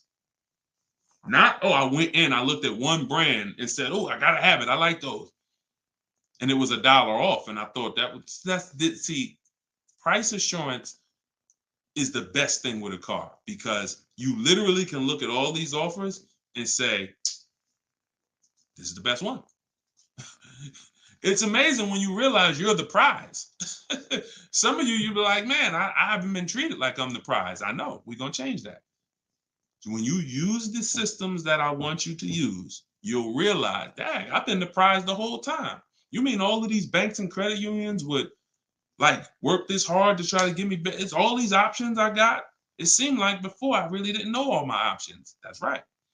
But when you now change the way you shop and you now move into a bidding mindset, everyone I'm going to do business with must win the bid. The bank, the credit union must win the bid. And then I'm going to give the dealers a chance to see if they can beat it. Now they bank's going to get a chance to bid. Very soon we'll talk about how to do that without affecting your credit. I want to show y'all this bank bidding war process. We have a specific way we shop for loans, credit unions, banks. We let dealers access our credit, and the way it shows as one inquiry when it comes to affecting our score. You must learn that, because when you see how much money is in the loans, you're gonna be mad. You're gonna be like, dang, I never shopped around the way I should have for my loan. I never shopped around. That's fine. No, there was no one to tell you. Now there is someone to tell you that if you have a $30,000 loan and the interest rate is 5.9, if you could have got 4.9, that'd have saved you $1,000. You get what I'm saying? If you have a $50,000 loan, 1 point on the interest rate, save you $2,000. So we must imagine if you could get 2 points lower, say you $4,000. So we are excited to try to get money off the car. We're going to be just as excited to make sure we're not giving that money in our loan. The banks are not loving us because we don't want the banks to like us. We want the banks to say, man, we barely making any money on this loan, but we'll take it. You don't want the bank to say, every time they need a loan, they just come right to us. They love us. Give them 5.9. They don't ask no question. Give them 6.29. Give them 7.2. Whatever. They're not gonna shop. No, we don't want that. So, all right, y'all. So I will be back for another segment. These are the things we're gonna continue to do. We'll be live on all 4 platforms. We look to partner with more platforms in the future. So if there's a platform that y'all think we should be on streaming, let us know. Right now, we are, Facebook, Instagram, TikTok, and YouTube. So it's been great. We had probably, consistently 400 or 500 people on here. And so if you want to get your book at 75% off, as long as the timer hasn't come down, you should click the TikTok bio. Name of the book is Car Shopping for People That Hate Car Shopping. If you Google it, you'll see it's already rated 4.94 on Goodreads. We have 31 reviews. So we're on our way to being a 5-star bestseller. And it's really the people using it. So I want you all to use it. Get it for 75% off. Normal price is $97. Download it immediately. Start to use it.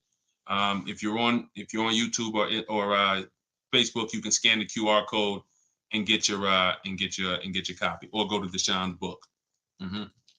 Yes, Mandy. Facebook is the same handle, Deshone the Auto Advisor, on every channel, whether it's YouTube, Facebook, Instagram. It's always Deshone the Auto Advisor. So we'll be back to answer more questions. We'll be talking more about leasing, but we'll be talking more about deal structure, shopping, how to check and make sure cars are reliable. There's a lot of cars going out here with bad reliability ratings, bad longevity ratings. So they are not the cars that we need to be buying for keepers. We got things we got to look out for, y'all. Like, this is the tip of the iceberg. We're buying a car to keep.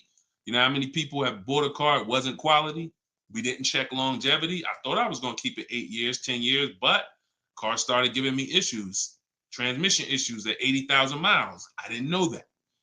We got to make sure we're checking these things. We got to make sure we look into every, so we'll break this down step by step. I'll be going over my system, my 7-step system, and just going deep with pieces of it and answering you guys' questions. Borrow against your money in the bank. Yeah, that's fine. Whatever gets you the biggest net return, Tina. She said, I don't get loans. Borrow against your money in the bank. As long as, just whatever gets you the best net return. I'm just here to tell you that interest isn't the only loss on money. Opportunity cost is a loss when it comes to financial. If you were taking a class on finance, opportunity cost is real. If I could have put my money in something and made 10% on it, but my money was in a car and I didn't have that money, and that money is losing me 10% in the car. So let's just say I put the 20 grand in the car, and then every year that 20 grand is worth 2,000 less, then I'm losing. It's a negative 10% return every year on that 20 grand. When I could have had that 20 grand somewhere getting me 10%, use the bank's money at 4%, and now I'm still at a net positive when it comes to, am I richer at the end of the year? Am I richer at the end of the month? So I just say that to say we've been taught when it comes to finance, we just talk interest. Oh, I don't want to pay interest. I don't want to pay interest. But I'm here to make sure everyone knows the total package of why people who don't pay cash for cars, who could afford to, who literally can write $100,000 check for anything they want, why they don't. See, I'm not interested in, I'm interested in why the people who could pay cash for cars choose not to. And it's not what you've been taught. Some of it's not because, they just love debt. Now, these people have paid off houses. So these are the things that we're going to be talking about. So, and again, all in my book. If you want it all in one place, grab your copy. But yeah, this was a great segment. We will certainly be back. Always a pleasure. And just make sure you're subscribed so you do get notifications when we go live. Make sure you're subscribed on TikTok. Make sure you're following so that when we're live, you can jump on because we're going to be doing this a lot. All right. I'll see y'all soon. God bless everybody.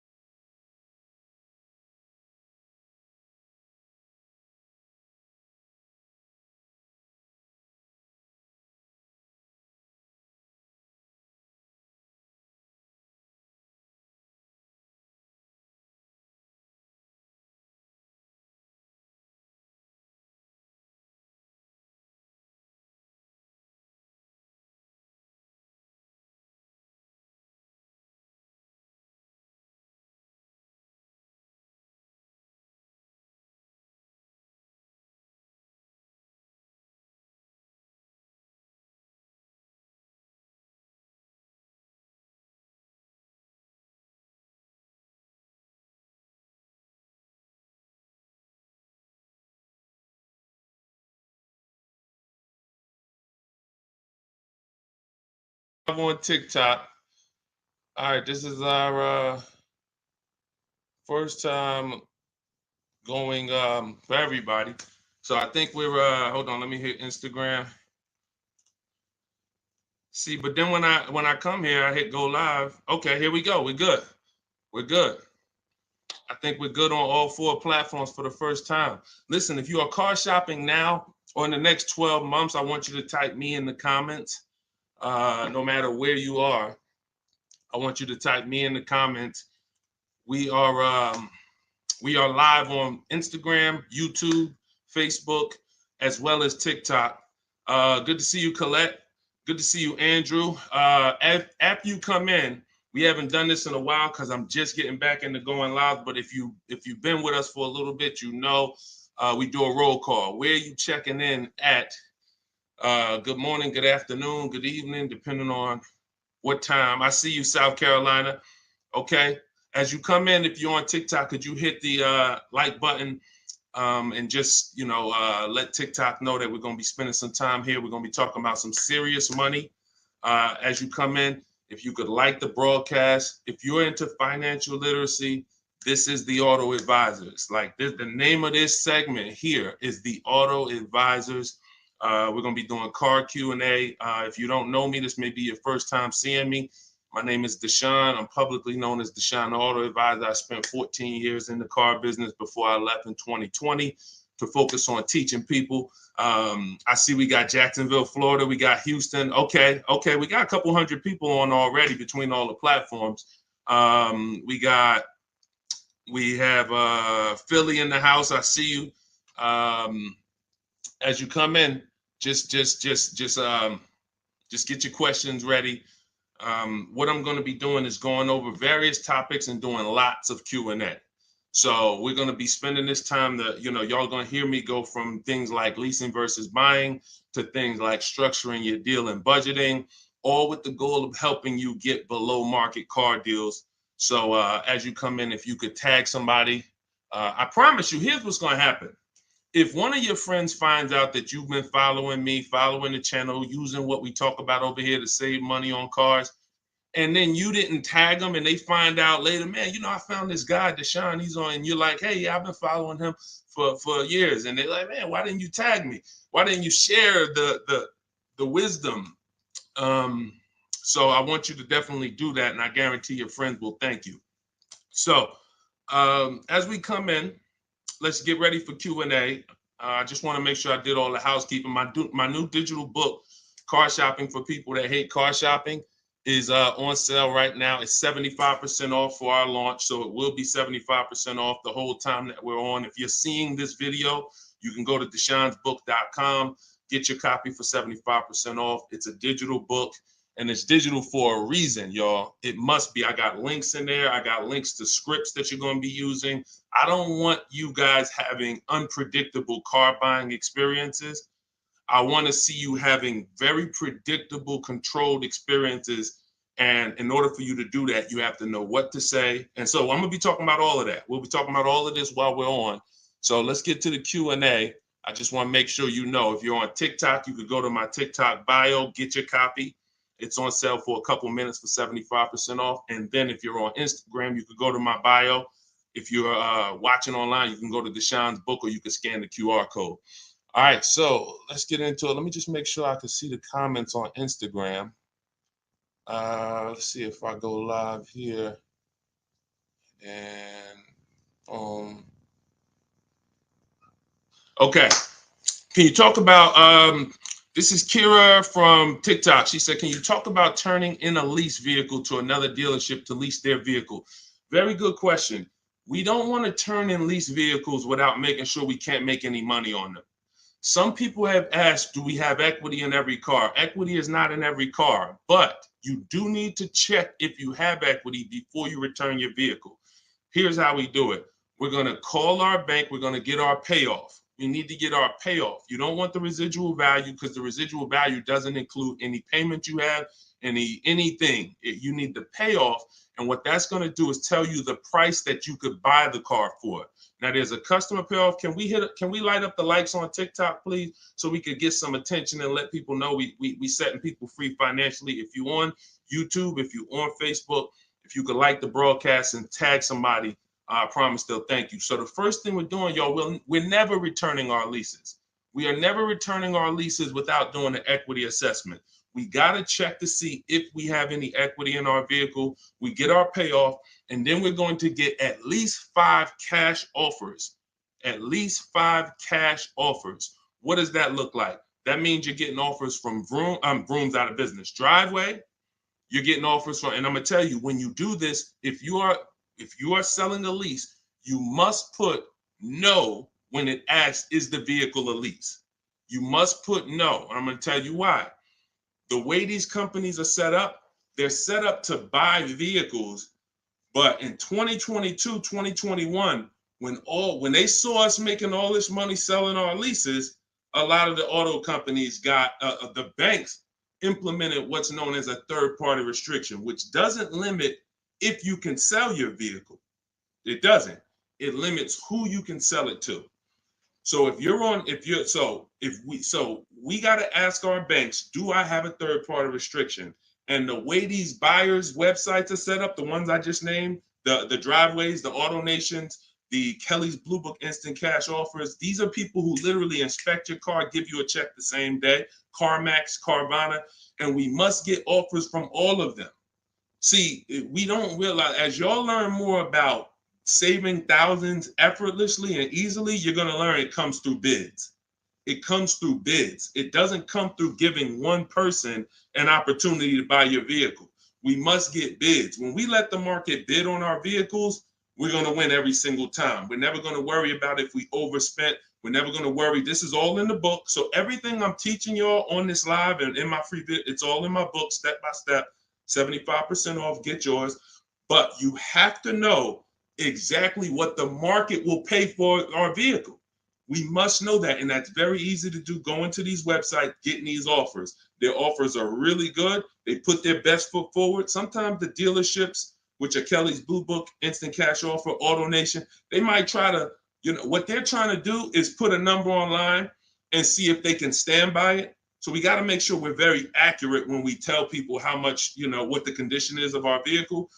But then we're getting offers. So if you get those offers, y'all, and you see that those offers are $1,000, $2,000, $3,000 more than your payoff, then that means you have equity. If it's $4,000 or $5,000, that means you have equity. And here's what you got to know. The customer payoff for our leases, when we're done, we're still talking about answering this young lady's question about what the lease in process is. She asks, should we return a lease and lease another vehicle from the same dealer or a different dealer?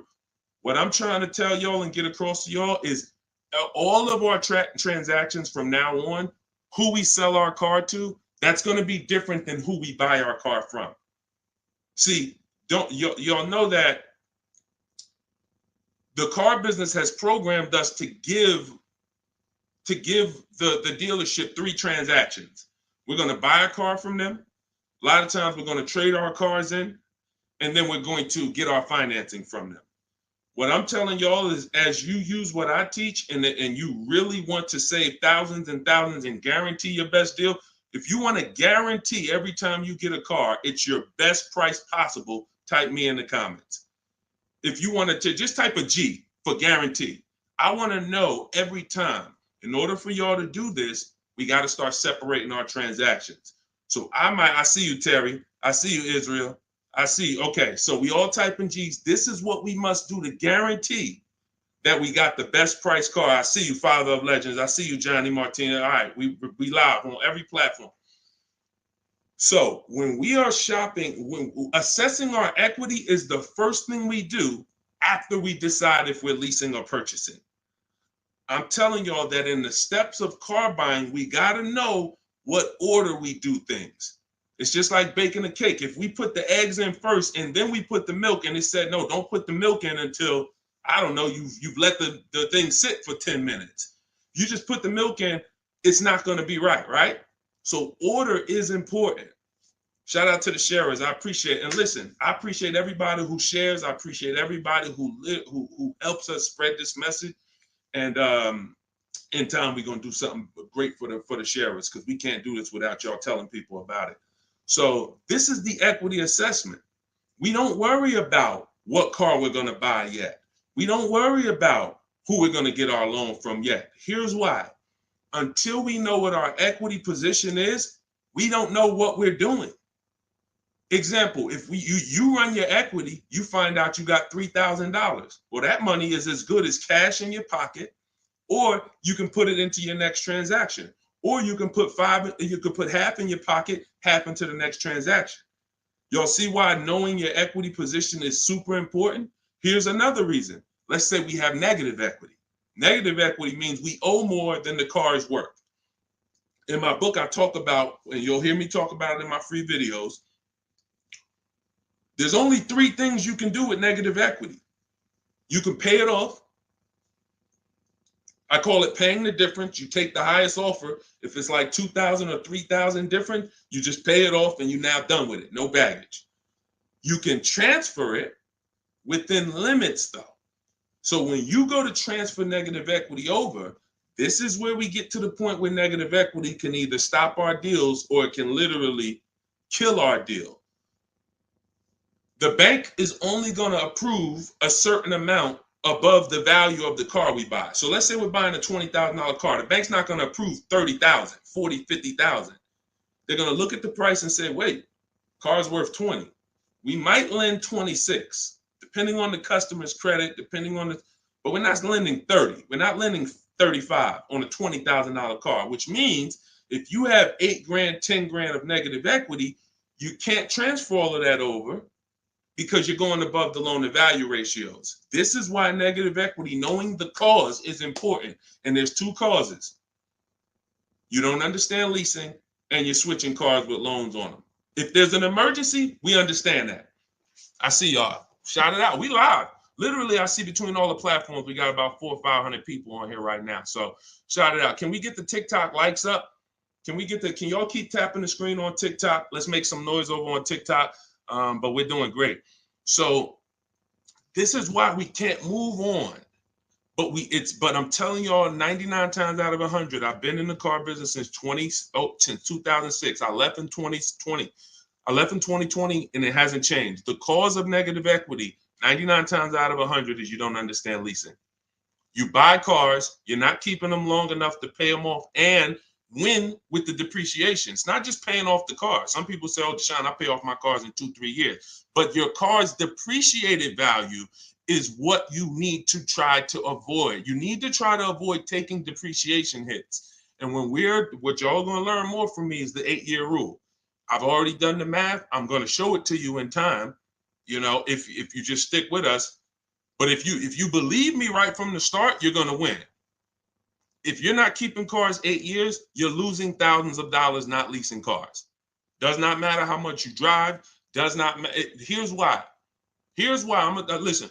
Who was taught? Oh, we lighten up the likes on TikTok. All right, I appreciate you, TikTok. Appreciate all of this. Let me ask you a question. Everybody on here. Who was taught never to lease cars? Be honest.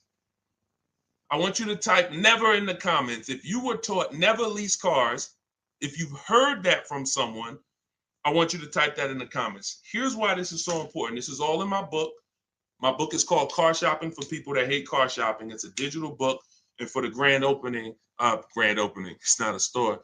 For the for the launch of the book, the official launch, we're doing 75% off for everybody. So you could go to my TikTok bio, you could go to my Instagram bio, you could go to deshonsbook.com, or you can scan the QR code and you can get your book for 75% off for a couple minutes.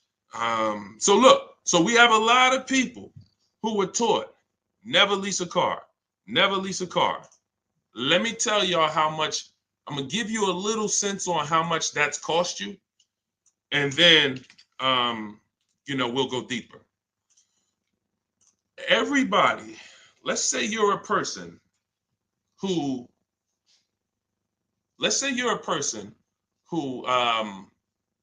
keeps their cars until the wheels fall off. We call those cars keepers. If your next car is going to be a keeper, type K. That means I'm going to keep this thing until the wheels fall off. I'm going to keep this thing 8 years minimum, 10, 12, 15. That's what I do. I see you, Abby.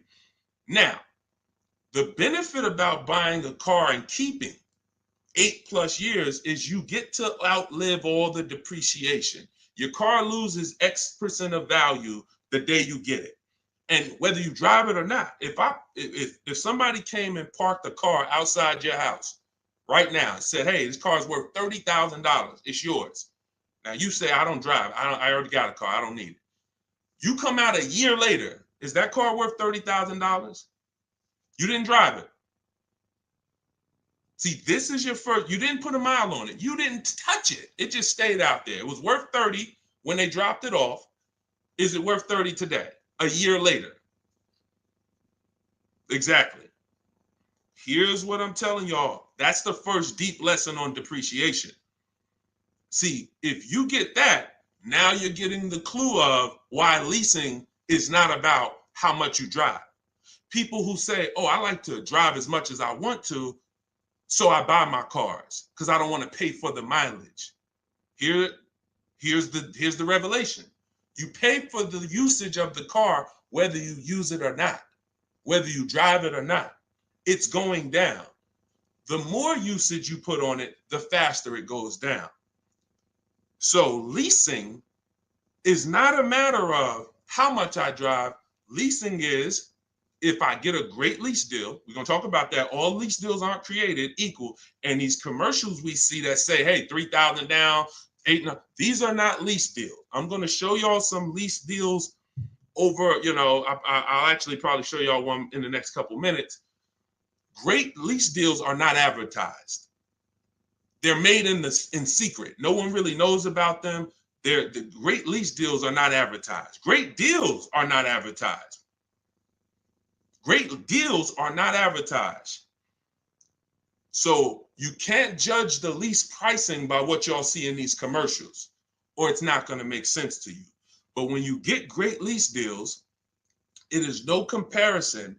The name of the game is, will I pay less with a great lease deal in depreciation than I would pay if I purchased that car? That is the name of the game. And when I look and see, all right, if I get a great lease deal, I'm only paying 30% of the car's value, 35, 40%, 45%. But if I bought that car, regardless of whether I paid cash, regardless of whether I got a loan on it, the asset, the value of the car is going to go down by more than that. So what we're doing when we're leasing versus buying is we're trying to hedge against depreciation. We're trying to acquire a car that says, based on how I got this car and the price I'm paying for it over 3 years, it's thousands less than if I would have went and purchased that same car and just took the value of the depreciation. And this is what I'm telling y'all. They've hid you can't understand this when you're just tied into payments. And a lot of you know, payments have nothing to do. Some of you who are a little bit more financially savvy, payments have nothing to do with the deal on the car. If you don't know that, you're going to learn that the more you hang out here.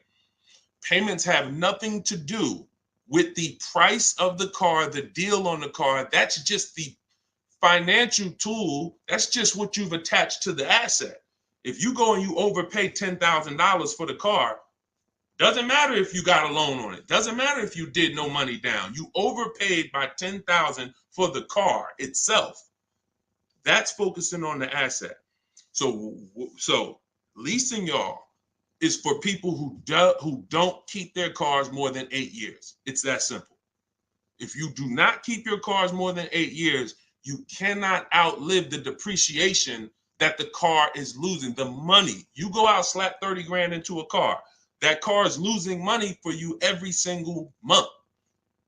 So you're trying to say, is there another way I could get a car where I'm not paying this kind of money? If I'm losing $500 of value every month in my car, is there a way that I can lose less than that? And what I'm going to show y'all is leasing is just the way. So these are the first two steps. The young lady asked the question about returning her lease, but I want y'all to know that that's step 2. We assess, can we make any money on our deal, on our old car? And then, but the first thing we got to do is decide buying versus leasing. Lease the loan. Good Time said, lease the loan car was good. Welcome to everybody that jumped on. My digital book, Car Shopping for People That Hate Car Shopping. Everything, it's 75% off. You can get your copy while we're on here, but we're going to be going deep on Q&A for at least, I'm not even watching the clock. So just go to my TikTok. I don't think you're going to leave the broadcast either. If you go get your copy, go to my TikTok bio, go to my Instagram bio. If you're on Instagram, wherever you're at, if you're on YouTube, scan the QR code or go to Deshone'sBook.com and get your copy so that we can go deep on this. I don't want you trying to just remember everything that I'm teaching. I want you to have a reference point, and it's affordable for everybody. It's normally $97. Okay, let's go. Things are way too complicated to fix now. I guess you're talking about when it comes to cars, electronics. Another reason people don't feel as confident keeping their cars like they used to is because the cars are getting a little bit more complex. It used to be very simple for you to find a good car, keep it 10, 12, 15 years. There's still cars out there that you can confidently do that if you make sure that you're checking the reliability of the car, checking the longevity of the car.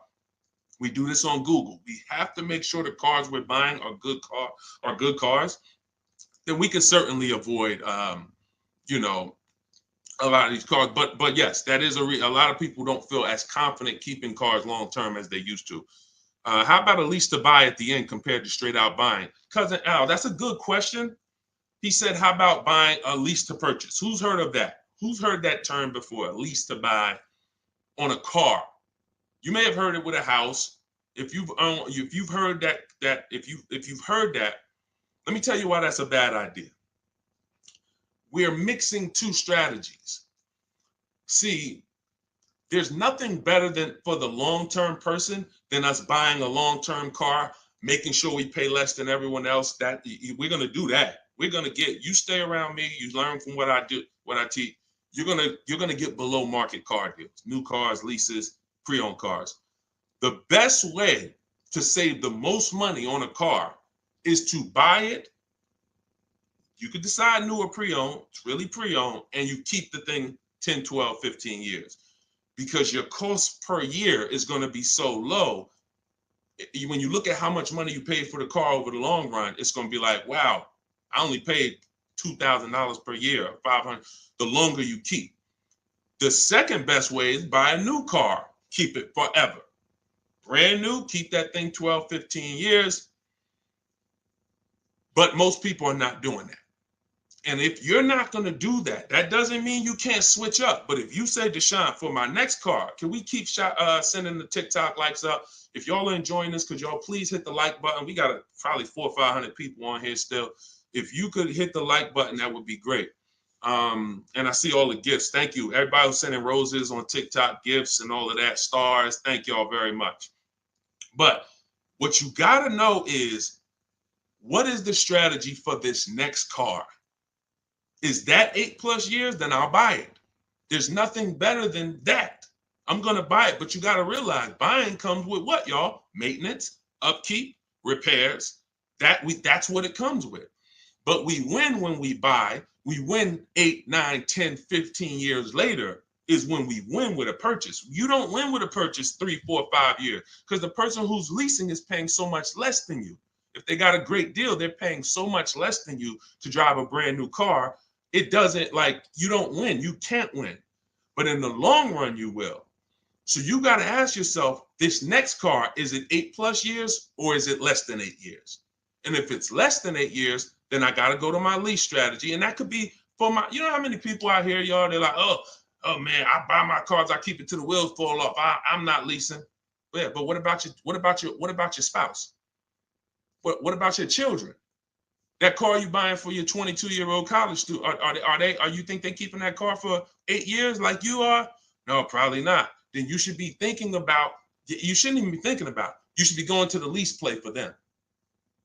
You know how many people have put their kids in a $21,000 car paying $500 a month, $20,000 Toyota Corolla, paying $500 a month because they wanted to buy them their first car, and they go get them a $20,000 Corolla that they could be leasing for $300 a month. And then that kid wakes up in 3 years and they're like, man, I'm paying $450 a month for a Corolla. I don't really like the car. Plus it's kind of expensive. This is what happens. I've seen it millions of times. Some of you may have experienced this. Your first car might have been like that. Maybe your parents went and got you your first car and purchased it. But I'm telling you that if they understood leasing, they could, especially if you were going to pay the bill, they would understand. we're not keeping this car long enough. We should be leasing it. And so I'm going to keep hammering now. I'm never going to stop hammering because we got years and years of bad information that we got to unravel. People who've been doing damage, y'all. Big audiences, big platforms, just telling people, oh, leasing is the most expensive way to own a car. Guarantee you, if I had 10 minutes on them with a live and I bet them $100,000, are you willing to bet 100? Just let me just ask you. You sound very confident when you're talking to the public. They don't realize how much money they're costing you. So my question would be, if I can show you that advice you're giving them is completely wrong financially, will you pay me $100,000? Will you take the bet? Because if you're willing to say that, stand on it. That's what they tell y'all. Exactly. He said that's what they tell us. See, and that's why I'm here. That's why it's very important what we do. That's why it's important when you share, when you tell somebody about these broadcasts, when you tell somebody, watch what they're doing over there at the like we're coming in to unravel years of bad advice. And a big part of that is leasing. Not the only part, but a big part of that is leasing. But you cannot all lease deals aren't created equal, y'all. Lease deals are when we shop for lease deals, you must get bids. And I'm telling y'all, you must get bids for everything. We'll talk more about that as we continue to go on. All right, let's get to some more questions. Why are taxes added to a buyout when they're already included in the paid? Somebody said, Christina on TikTok said, why is taxes added to the lease buyout price when it's already included in the monthly payment? Well, it's only included in the payment for the portion of the car you're leasing. So when you're paying for, your 30-40% of the car, 50%, the better lease deal you got, the lower percentage of the car you're paying towards over 3 years. That's what the tax is calculated on. That back end, which is when the car goes back to the bank or the next buyer, there's no taxes factored in on that. Depending on your state, sometimes they will put tax on the payment, but they're not usually. I don't recall ever seeing a case where they're taxing you on the whole car because you're not using that portion of the car. That's why when you lease, when you look on your credit report, you'll see the only part you're responsible for is the part that you're using. So even though the car might be 40 grand, it might say balance owed 18 because you're only responsible for that 14. You're not responsible for the back end. All right, we lighten up the likes on TikTok. Appreciate y'all. I see you, Lisa Vasquez. Welcome. Kat, I see you. All right, let's go. Let's continue to rotate questions. What happens to my down payment on the lease? See, a lot of people asking about leasing. This is good. This just goes to tell you something. A lot more y'all gonna lease when you understand it. In fact, when you understand it, your next car will be a lease. Quite honestly, unless you can guarantee me, Deshone, I'm keeping it 8 years. If you say, Deshone, I'm keeping this thing 8 years, you go ahead and buy it. Don't think about leasing.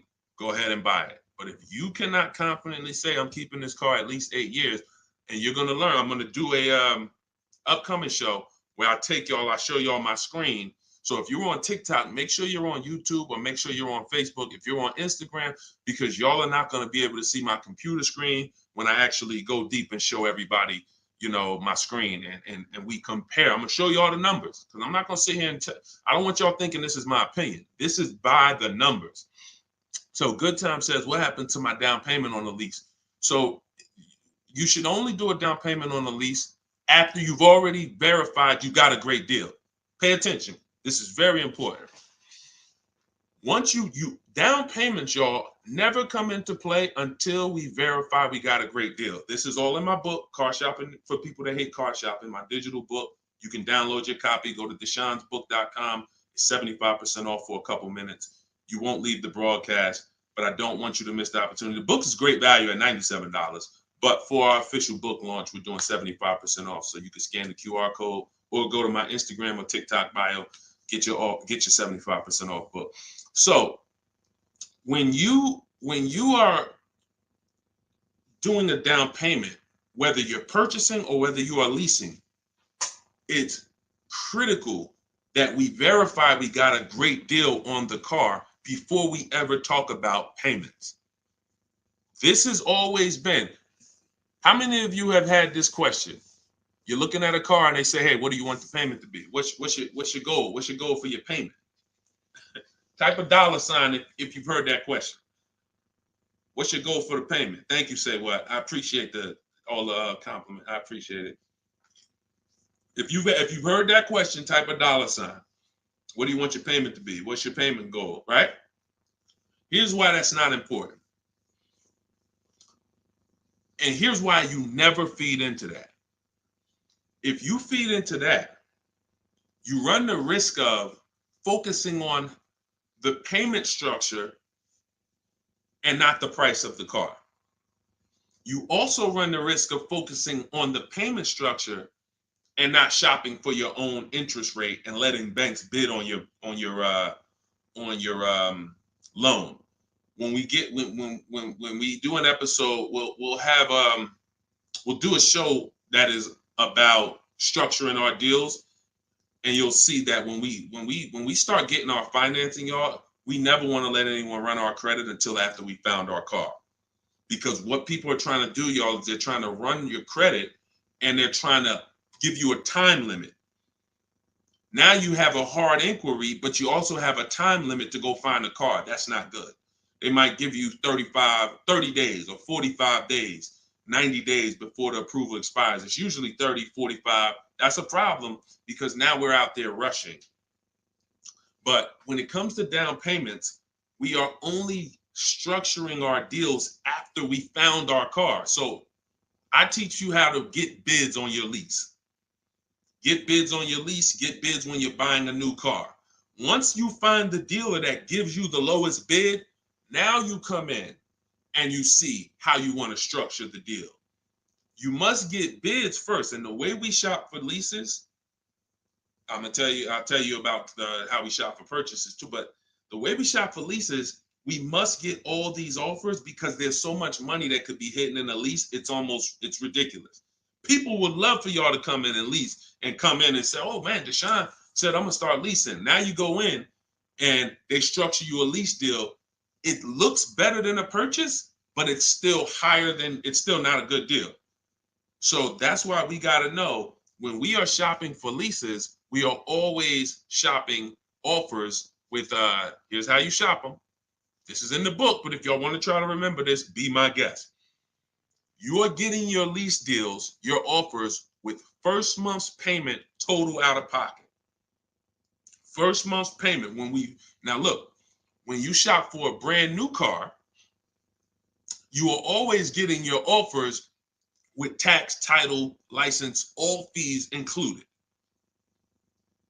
When you shop for a brand new car, you're getting your offers from multiple dealerships. I do this online. You can call them. I would suggest you do it my way. But if you want to call them, you can talk to a sales manager and you say, hey, I got this car. I'm looking to see if you got something similar, but I need an offer with all taxes, fees, everything included. And now you're comparing that. But I would only talk to a sales manager if you're going to go that route. Again, in my book, I teach you the scripts. I got the emails that we use to do this because you want to use my words. But if you're not going to use what's in the book, you should be calling and asking for a sales manager and just give them an opportunity to beat the quote. That's a manual way to do it, but it's still better than you going back and forth with one dealer. We cannot go back and forth with one dealer anymore because when you start getting bids, mark my word, it's going to blow your mind when you see how overpriced some dealers are. When you see how overpriced some dealers are, it's going to blow your mind. So in order for you to shop your lease quotes, you're shopping your lease quotes with no money down, so good time. When you talk about what happens to your down payment on a lease, well, you're not putting your down payment down until you got a great lease deal. So you get your lease deal, first payment, and then you divide that into the monthly payment. Into the MSRP. Very important. Let me give you all an example. Pull up my calculator. So let's say I got an offer of $500 a month on a $40,000 car. That's what's called a 1.25% lease. You take the monthly payment and you divide it into the MSRP.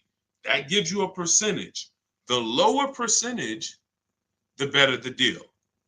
And this originated from some of who's heard me mention the 1.5% rule for bad lease deals. Type me if you've heard that. No, you don't have to tell them you're pre-qualified before you go. It's not even a question. We're just shopping for the price of a car. So you've heard, okay. Okay. So, see, and I looked at another question while I was in the middle of answering one. So, wait, we were talking about lease quotes. We were talking about, okay. Okay, that's right. The 1.5% rule. So when y'all hear me mention the 1.5% rule, I'm telling y'all, again, it goes back to the fact the lease, the name of the game with a lease is how much can I pay for a car over 3 years that I'm giving back? The lower, the better. So since the beginning of time, people who got great lease deals knew about the 1% rule. The 1% rule said, if I buy a car, if my lease payment is 1% of the MSRP or below, it's a steal. So if I'm looking at a $40,000 car and my lease payment on it, 12,000 miles per year, is $400 a month, no money out. No money. I know that y'all may have been taught, yo, you got to put money down when you lease. That is a lie. I'm going to be peeling back a lot of lies, a lot of misconceptions, a lot of bad belief systems that we've picked up, and we're going to tear those down. So money down with a lease is absolutely not a requirement. So when we're getting our lease deals, example, 2018, I leased a 2018 Jeep Grand Cherokee Laredo. It was $35,000. I gave them $330 a month, and I drove off. That was my payment. 39-month lease. We'll talk about in the future. We don't do 4-year leases. We'll talk about that in the future. But that's the 1% rule. 1%. Now look at that. Think about value, y'all. You drive off the lot in a brand new $35,000 car, and you're paying $330 a month. That's under 1%. So these are steals. I call these steals. You ever see a lease deal like that? It's not a deal. It's a steal. Now, in order to get that type of deal, you need a great lease program. So we can't. So it's not just like, oh, every car has a 1% deal. No, if they don't have a ton of rebates, if they don't have a good residual value, if they don't have a good rate, then it's not going to happen. But in the long run, we can't control that. All we can control is how we're going to shop. And the way we shop is get your first month's payment. Is you tell every dealer, give me a quote with first month's payment, and put all the taxes and all the fees into the monthly payment. And then you let me know what that is. And you have to know the MSRP, because you divide that monthly payment into the MSRP, and that's going to tell you the percentage. If you see 1.35, 1.45, 1, these are good deals, really good deals. We still need to compare, because I got people who are getting, look, if we don't compare, you could be in trouble. You don't want to just take a deal. There are people who think, oh, I thought a 1.25 was a great deal, and then I end up getting 1.1. You know, so we can't ever assume what's a great deal. We just have to know what a bad deal is. That's over 1.5%. They got me on one of my last leases. Listen, good time. Don't feel bad, man. It is something a lot of people are going to discover the more you work with me, that you have overpaid. But there's been no one to tell you. So there's been no one to tell you. So 1% still, 1% 5 is the max. Exactly, K-Dub. That's the exact formula and ratios we use for measuring great lease deals. 1% or lower is a steal. Between 1% and 1.5 is a deal. That's great value compared to purchasing. So when someone drives off the lot with a great value lease, 1.25, anything under 1.5, they're paying less than someone who purchased. They're paying less than someone who purchased. Once you get above 1.5, you're now going close to spending the same amount as the person who bought the vehicle, which we don't want, which we can't do. We eliminate the benefits of leasing. And some lease programs y'all are going to see are bad. You shop multiple offers and the lease programs are bad. We can't get those leases. I will never co-sign, because leasing is a value play. I will never co-sign you getting a car because you like the car a lot and overpaying for a lease, because the lease program is bad. Sometimes, I want a Range Rover Velar. The lease program is bad. All right, well, I'm going to go get a Genesis GV870, And then, you know, maybe in 3 years, the Range Rover lease program will be good. But right now, I'm not going to do it because no one loves a car that they're leasing. You always just like it. If you're leasing, you're switching cars every 3 years. You don't love anything. When you love a car, you buy it, you keep the thing 10 years. That's love. But typically, a person who's not keeping their car long term, you get, you know, you 3 years, you're like, okay, I could get another car. 5 years, you know, people who buy cars to keep, they don't think like that. Like, they ain't even looking for a reason to get rid of it until, you know, transmission goes out. And then I always joke because as a keeper, what do you do when the transmission goes out? If anybody on here has bought their cars and kept them till the wheels fall off, when the transmission goes out, what do you do? What do you do? See, you're not a keeper. You're not buying a car to be a keeper. That transmission go out, you ready to get rid of it. You ready to get rid of it. Look, a lot of people are like, no, I go fix it. I go get another transmission. Exactly. All right. All right, let's keep the questions moving. Welcome to the people who just jumped on. Happy to have you. If you're enjoying the broadcast, could you please make sure you are subscribed to us on YouTube? That's where we're going to be able to share really when we get into, which is coming very soon, I'm going to be sharing visuals for y'all to see. Just sharing a variety of things, websites that we use, things you want to stay away from, website, like all in my book. But in time, you're going to want to see it on YouTube because you might not be able to see it on Instagram or TikTok. What's the MSRP equivalent for used cars? F. Broncos asked. Here's what who's purchased a used car? Type a U. If you purchased a used car before, type a U. Type a U if you've purchased a used car before. Okay, I see Al Boogie, I see FL Bronco, I see Amore, I see Justine. Okay, every platform. Ebony Eyes. Okay, Larica. All right, I'm gonna give y'all the biggest. This is gonna be major, y'all. And you're gonna see like, wow, how the heck could we even know we're getting a good used car deal without knowing this? Tell y'all how important it is to have the original MSRP of the car you're purchasing. So I have a 2020 Infiniti QX 60 truck. I bought it a year ago. It was 3 years old. Now I saved 42% off the price when it was brand new. Here's why it's important. We don't know when we're shopping on these used car websites. I call them marketplaces. Y'all are going to see in my book, if you do get my book, or even in my videos, you'll hear me talk about the multiple marketplace strategy where we're on these used car marketplaces. We got to be on all of them. But here's what they try to sell you on, because it's based on who's paying them. They're trying to sell you on market value. The true way to buy a pre-owned car, after you check to make sure it's a good one, but I'm talking about how do we know we got a great price on it? We must know how much it was brand new. We must know how much the car was brand new. Give you an example. I was looking at this Infiniti truck. I had narrowed it down to my top 3 or 4. I think I narrowed it down to my top 4. Now they're all white. They all look similar. They're all in similar price points. How do we choose? This is where we usually are stuck. And this is where we usually make a bad decision. I'm going to tell you why. I get the MSRP of these cars. By the way, my special strategy for getting the MSRP, one of them is to go to the dealer's website. Most dealers have a contract with Carfax, and that car will be on their website. That's my first line of defense. Again, everything I'm talking about, y'all, I don't hold back. It's in my book, or it's going to be in my free videos. But some people want everything in one spot. One spot, step by step. That's what the book is.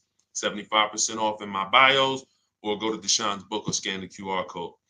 So I look and I pull the MSRP, the window sticker for all of these vehicles, and what do I see? The 4 vehicles, the original price of them, one is 46, one's 48, one's 52, one's 54. Why is this so important, y'all? They've taught y'all to buy used cars based on what? Nothing. This is what we're asking for the car. Okay, I think I see some less than that. If all of these cars were 31,000, but one was 54, that's the best deal. In fact, none of those other deals are even close. That car right there has more packages in it, more equipment in it, special features in it. Those other cars don't. So the percentage of the discount that I'm getting off the car is higher here. Does not matter what the dealer's asking for the car. See, we've been taught you go and you focus on trying to get the dealer's price down. That is true in some cases. But what's more important is I need to know, based on what the dealer's asking for the car, how much off MSRP, original MSRP, am I actually saving? Is it 30%? Is it 40%? Because I might look at this car here and yeah, they might be asking $1,000 less for it, but the original equipment in that car is $5,000 less equipment. This is why it's very important. It's critical. I would not buy a used car, and I would never recommend you buy a used car without seeing the original MSRP, so you know, one, what's in the car, what features it has, but more importantly, I cannot determine who saved me the most money. I can't determine who gave me my best deal without knowing what the car was originally priced at from the day it came into the country. And y'all, unfortunately, and I hope it's nobody on here, but unfortunately, we probably do have it where during the pandemic, people were paying 90, 95, 100% of value for used cars. When I mean a Toyota Camry that brand new was 30, they were paying 29 for it, and it was 3 years old. See, I call this true value percentage, TVP. Y'all are going to hear this. We call this true value percentage. We can't look at a used car. See, once we see, wait a minute, based on the new price, the car when it was new, you charging me 95% of the car's value, and it's 3 years old. Once we start looking at true value percentage, car was brand new 30, you asking 25. Okay, you knocking this percentage off. This is how we make sure. Now look, that doesn't help us get quality cars. That doesn't help us stay within our budget. We'll talk about that in the next hour. Because what I'm going to be doing is I'll be doing these shows throughout the day in hour segments. So what you'll see is every time I come, we'll do if there's something that we want to tie up, we'll try to do it in both hours. Again, it's very tough to go over all things and then do Q&A and just get it done in a couple minutes. So some things may continue to the next hour, but once y'all get this, it doesn't change. So although, some of this might be brand new to you. I'm sure it is for a lot of you, having a system for how you shop, boundaries. But once you see how this thing works, it doesn't change. That's why I could write a book. That's why I have a library of videos that are step-by-step. The step-by-step version of my book is the Cars from Home video library, because I know we're so ahead. The car business is so old. I don't have to worry about this changing in the next year, 2 years. If anything, like Vroom went out of business, we adjust that. I might adjust that one section because Vroom's not in business anymore. But the way we teach you to purchase cars to guarantee you pay less than everyone else, to guarantee you save the most money on your loan, to guarantee you get the most money for your old cars, that's not going to change because we are just too far ahead of what the car business is doing. Welcome. Blessed said, I'm new here, been watching your shorts. Great job, homie. Good looking out. Appreciate you, man. Thank you so much. If you're not subscribed yet on YouTube, could you make sure you subscribe? Everybody who's on any other platform, if you could subscribe to us on YouTube, that's where we'll be, able to put a lot of our widescreen stuff so y'all can see. We're gonna teach, but what y'all gonna see, even in the book, it's not teaching and then you're trying to memorize it. It's just shop different, When you shop different, you'll see, oh, this is a better way to shop. And then you're going to learn by doing. It ain't learning by memorizing. Hey, thank you, Sonny. Said, just purchased my ebook. Thanks for sharing. My pleasure. Everybody could get it for 75% off in my TikTok bio or my Instagram bio, or you could go to deshonesbook.com or scan the QR code, no matter where you're at. Let's see. I'm new here, but hold on. I got that. Hold on. Let's go. I still can't see the questions on Instagram. For some reason, I can't see the questions on Instagram. We got to figure that out.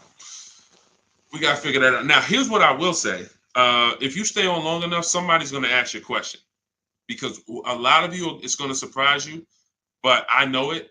We've been working with people long enough to know a lot of you have the same situation, literally. So you stay on, even if you don't, your question doesn't get answered, you'll hear somebody that's, oh, that's the exact same situation that I'm in. Josie said, I really need help. I'm interested in buying a 2001 H1 with 70,000 miles, 75,000. Should I go for a 40,000 of 50K? I don't really understand that.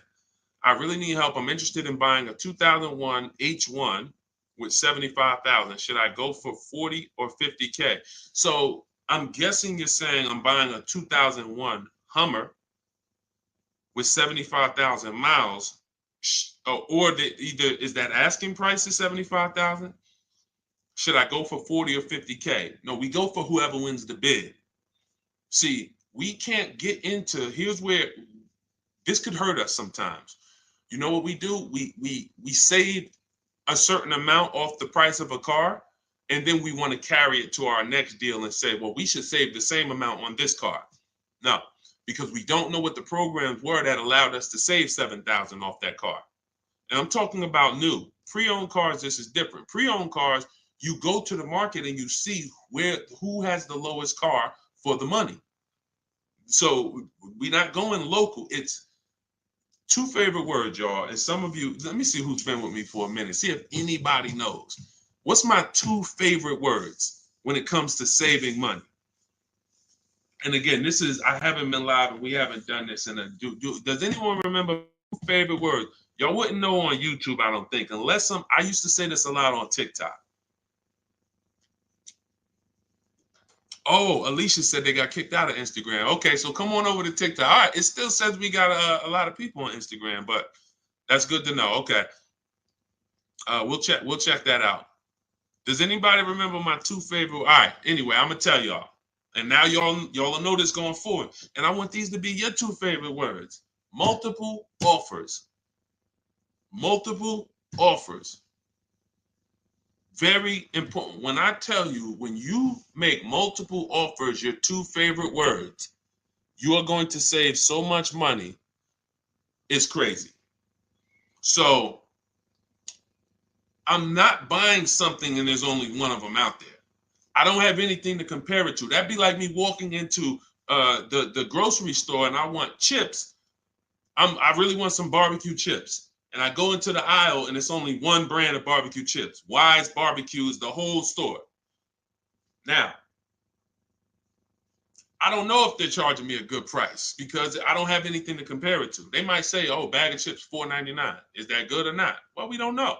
But when I see all the other options, same thing with spaghetti sauce.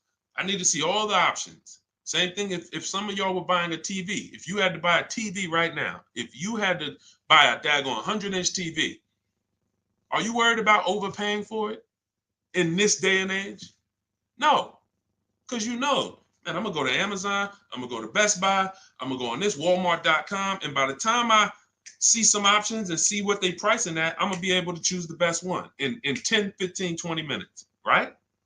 That's what comes through. That's price confidence. That's called price confidence. And the only way to have price confidence, to eliminate that feeling of, oh, did I overpay? You think I paid too much for this? Is to learn multiple offers, multiple options. So what you should be doing, Josie, is looking at so many H1s, wherever they are, that I know I'm not going to overpay because I see them all. I see where the price, and I'm gonna teach y'all, this is in the book, and I'll teach y'all in my video. We set up accounts when we're shopping for a new car, because once we know where the prices are, we want to be alerted every new car that pops up, every single used car that pops up, you want to get alert on it. You want that thing coming to your email the minute they post it, because everybody else is not going to be able to move on it because it's too fast. They need time. They need to, oh, let me see it. Okay. But if you know the used car market, like I'm going to teach you, if you know the low prices on this car is 40, the high prices is 55. Soon as that one pops up at 41, you don't have to hesitate. Speed is what gets people deals a lot of times, y'all. I've sat in front of people and I'm literally offering them, and this is back when I was in the dealership, and I'm literally offering them, like, the dealership is making no money. That's how good of a deal it is. And I'm like, listen, miss, like, I'm just telling you, we're making no money. We gave you everything. But they didn't take it. And I'm gonna tell you why. I can't blame them. They didn't have enough other offers to feel confident that what I was giving them was the best. That's the problem. So in order to have price guarantee, price assurance, for us to know that we are paying less than everyone else, we have to see multiple offers. And then in order for us to guarantee that we have not, that's just what it is. Price assurance comes through multiple offers. And then we have to get a quality vehicle. Okay. So all of this I will teach. It's hard to get, maybe like a lot coming at you at once. That's why I would love for you to get the book, Car Shopping for People That Hate Car Shopping, so you could dig into it, so you can see that everything that I teach is methodical. I don't want you trying to remember this. Get the book, take your 75% off for the launch of the book, and then dig in and you'll see, wow, he has this thing set up in systems so that I don't have to be trying to remember what to do. I don't want y'all trying to remember what to do when you're out here shopping for your car. I want you to have a roadmap, a blueprint, and that's what 7 Steps to Saving Time, Money, and Avoiding Dealerships is. Thank you, Curtis. Appreciate it. 10-4. Oh, 10-4. Thank you for the guidance. It's a rare vehicle. If it's a rare vehicle, that's fine, but you don't want to overpay for a rare vehicle. You need to see enough of them to know that you're not overpaying. You don't want to sit there. You know how many people got a rare house? Your value's down. You know, I got a rare house. So if the value is going to be down, think about it. If it's rare buying, then it's rare selling too, which means your market, when you go to sell it, if you go to sell it one day, it's not going to be huge. That's not a car you can sell in 24 hours unless you just want to blow it out price-wise. But in order for you to make sure you don't lose, you got to make sure you buy right. You can't overspend by 10, 15 grand. So just make sure any H1 in this country, you know the price of it. That's all. If I see one over, it could be all the way over on the other side of the country. If I see the price, then I know what the market is. It doesn't matter if it's over there. If they're asking 10 grand less and it's a good car, has great service records, has great title history, has great accident history, doesn't matter. That shows me that's the market price. All right. Thank you, Josie. I'm glad. Enjoy it. You're going to be able to get to any car you want. And you have so many strategies in there for later. If you're buying a used car now, it's in there. If you're going to be leasing, it's in there. If you're going to be buying, you're going to know, all right, man, I want to get a lease for my spouse. Or, hey, you know what? I'm going to get a lease for my kid. Or you just might buy everything. But sometimes you might want to buy brand new. Sometimes you want to buy pre-owned. It's all in there. Different strategies for how you get to below market deals on each one. Uncle John said, who currently has the best lease program? It's no way to tell. Unfortunately, there's no way to tell. You cannot shop. That's the bad part. That's why when we shop, y'all, it takes us about 45 minutes to an hour to find out where the market is on a car, what the best offer is. Once you get good, like I said, if you're doing it the slow way, you could call sales managers. You get one lease price, and then you call a sales manager and see if they can match it or beat it, or beat it rather. But if you want to do it the fast way, I go through the websites. I contact the dealers through the websites, tell them exactly what I want. We do this for 25 dealers. And then you use my scripts of telling them what you want by email, getting the quotes, and you'll know in a matter of an hour, hour and a half where those offers are. But there's no other way. Because again, great deals aren't advertised. They're not going to advertise great deals. They'll advertise lease offers where they make money. Hey, bring us 35 grand. Bring us 3,500 plus taxes and fees, and your payment's $479 a month. Yeah, but you're putting down $6,000 to get there, and then no, those are not good deals. You're paying too much for a car you're giving back. So yeah, and so we'll cycle through various topics. We spent a lot this hour talking about leases, talking about leasing versus purchasing, and hitting a couple things. But what y'all will see is we'll do themes kind of each hour. I'm gonna come back. I'm gonna come back for the next hour, and we'll probably still stay on it, but we'll be able to get through more questions, because as y'all can see, some of these questions require a little bit more deeper answer. Just as if you were purchasing a house. I know they've made it seem like, oh, well, let's just ask a simple question and then let's just, it should be a super simple answer. Not when we're purchasing houses, right? It's never simple when we're purchasing houses, when we're getting mortgages, when we're investing. Why would it be simple when we're buying $20,000 to $50,000 to $100,000 vehicles that depreciate, that lose us money whether we drive them or not? That's danger. You got a real lesson on the dangers of depreciation in this hour. Like, ridiculous. You drive a car, buy it, park it outside, come back in a year. Car's worth thousands less. You never drove it, never got behind the wheel one time. So when you have that type of product and you're coming into your household, it can drain you of money if you don't structure your deal in a way where you've minimized your losses. The name of the game is to minimize the amount you're losing on these cars. Cars are depreciating assets. You can't make money on them. We did have a wave for years where we were making money on cars, but that's because the resale values of these cars, it was a once in a lifetime historic moment when all of our cars were worth 12 grand, 8 grand, 15 grand more than what they would normally be worth. So, those who cashed out did very well, and we were part of the group who were really spearheading, helping people cash out while the market was high. But unfortunately, people bought while the market was high too.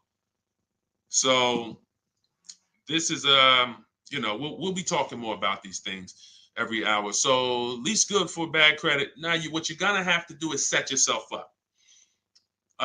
If you can't qualify for a lease and you should be leasing, then now your goal is to now get prepared to lease. That might take you a year or two. And we're going to talk about how we buy an inexpensive car to get set up for a lease. We don't go out and buy a $20,000, $30,000, $50,000 car when we know credit's not where we want it. But if you give me a year or two, I'll get myself up to a 650, 670.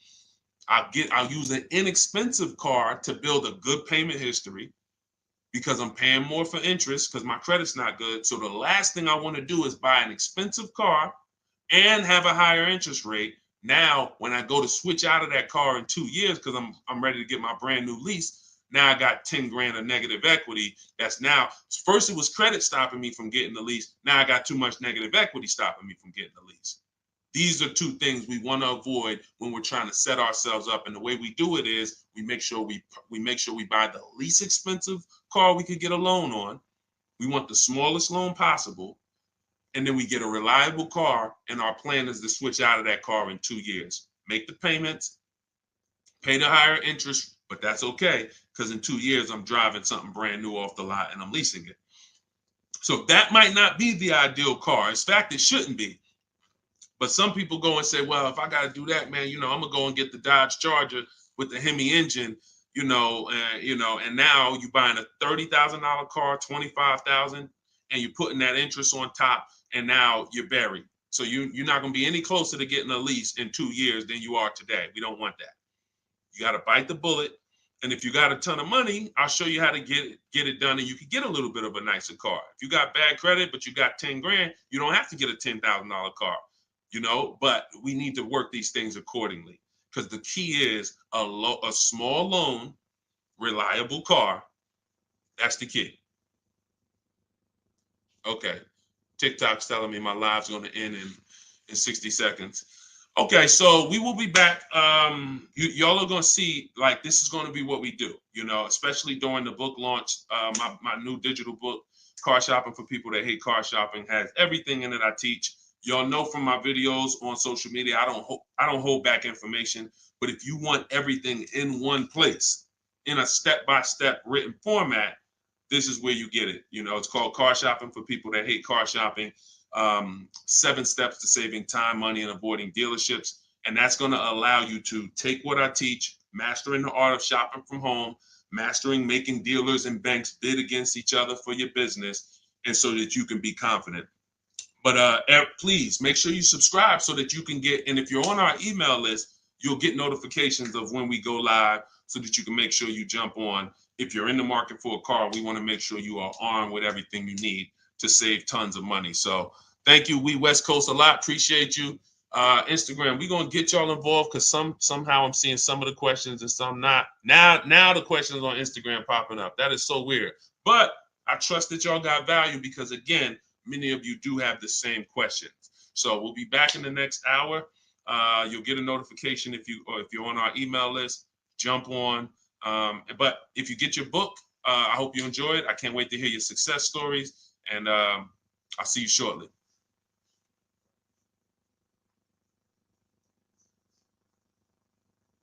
Oh, and if you need the book, it's in my TikTok bio. Some people are saying, where do I get the book? It's in my TikTok bio. Click the picture. It's in my Instagram bio. Go to the bio. Click the picture. If you're watching on or you could go to deshonesbook.com, or you can scan the QR code depending on where you're watching. So, all right. See y'all soon.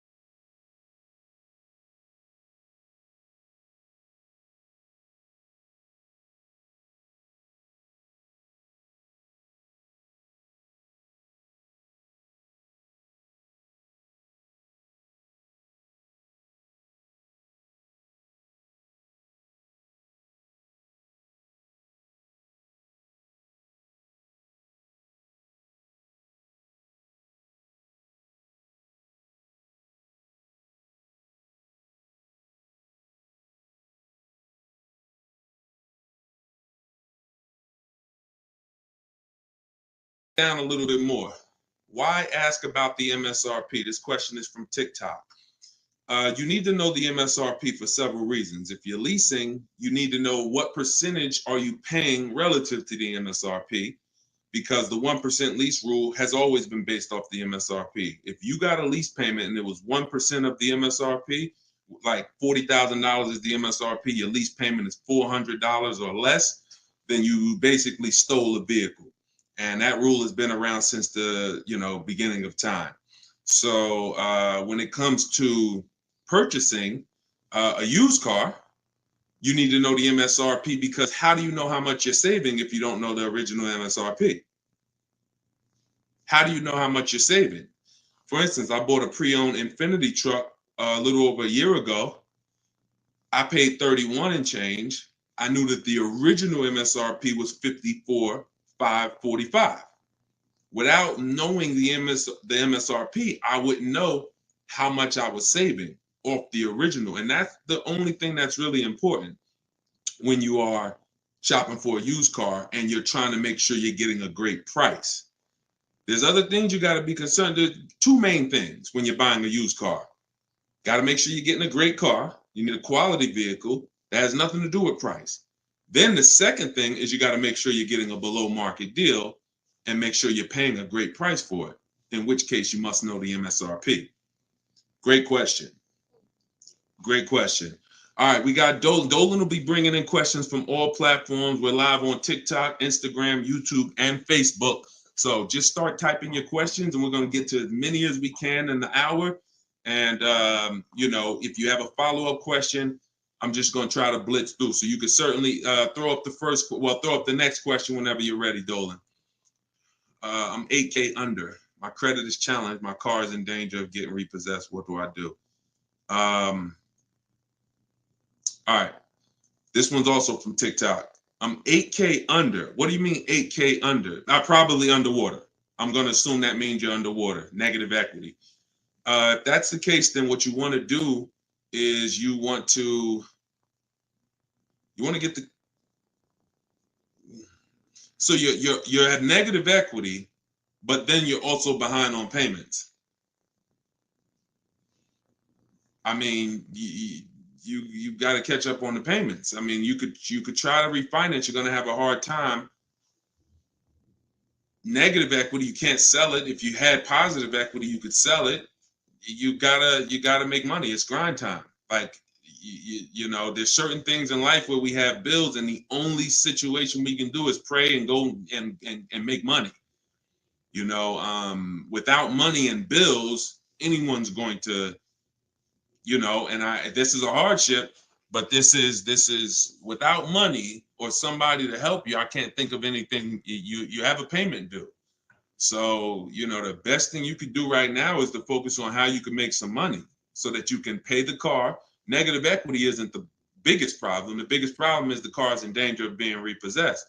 If the car gets repossessed, now you got to start over.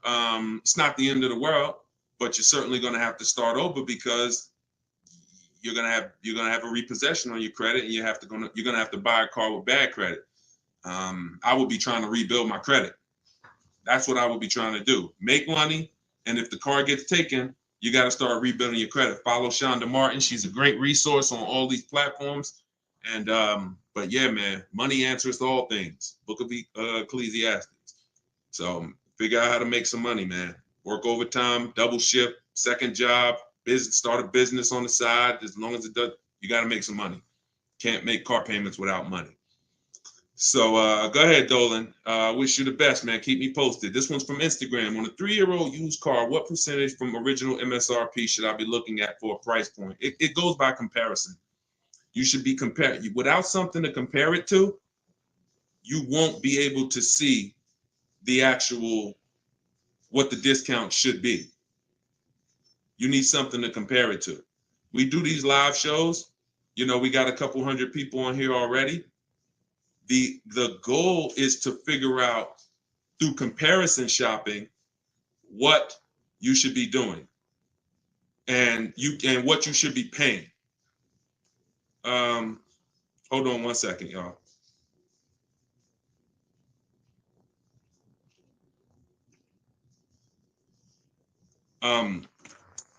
Yeah, so that's the goal. You don't know what a fair price is, what a great discount is, until you are not, until you have other offers to compare it to. That's the problem. Go ahead, Dolan, shoot the next question up. Like, I didn't know that 42% off my Infinity that I got was a great discount until I compared it to the others. I narrowed it down to 4 choices, and then 3 of them were not as big of a discount. And, one of them was, most of them were in the 30s. This particular one was a 42% discount off the original MSRP. Go ahead, Dolan. Oh, this one's TikTok. How do I get the lease rate down? You always, listen, the only way you're going to get a great lease deal is by comparison offers. You got to get at least 5 offers because 80% of dealers are overpriced. And the only way you're going to see that is by looking at other offers.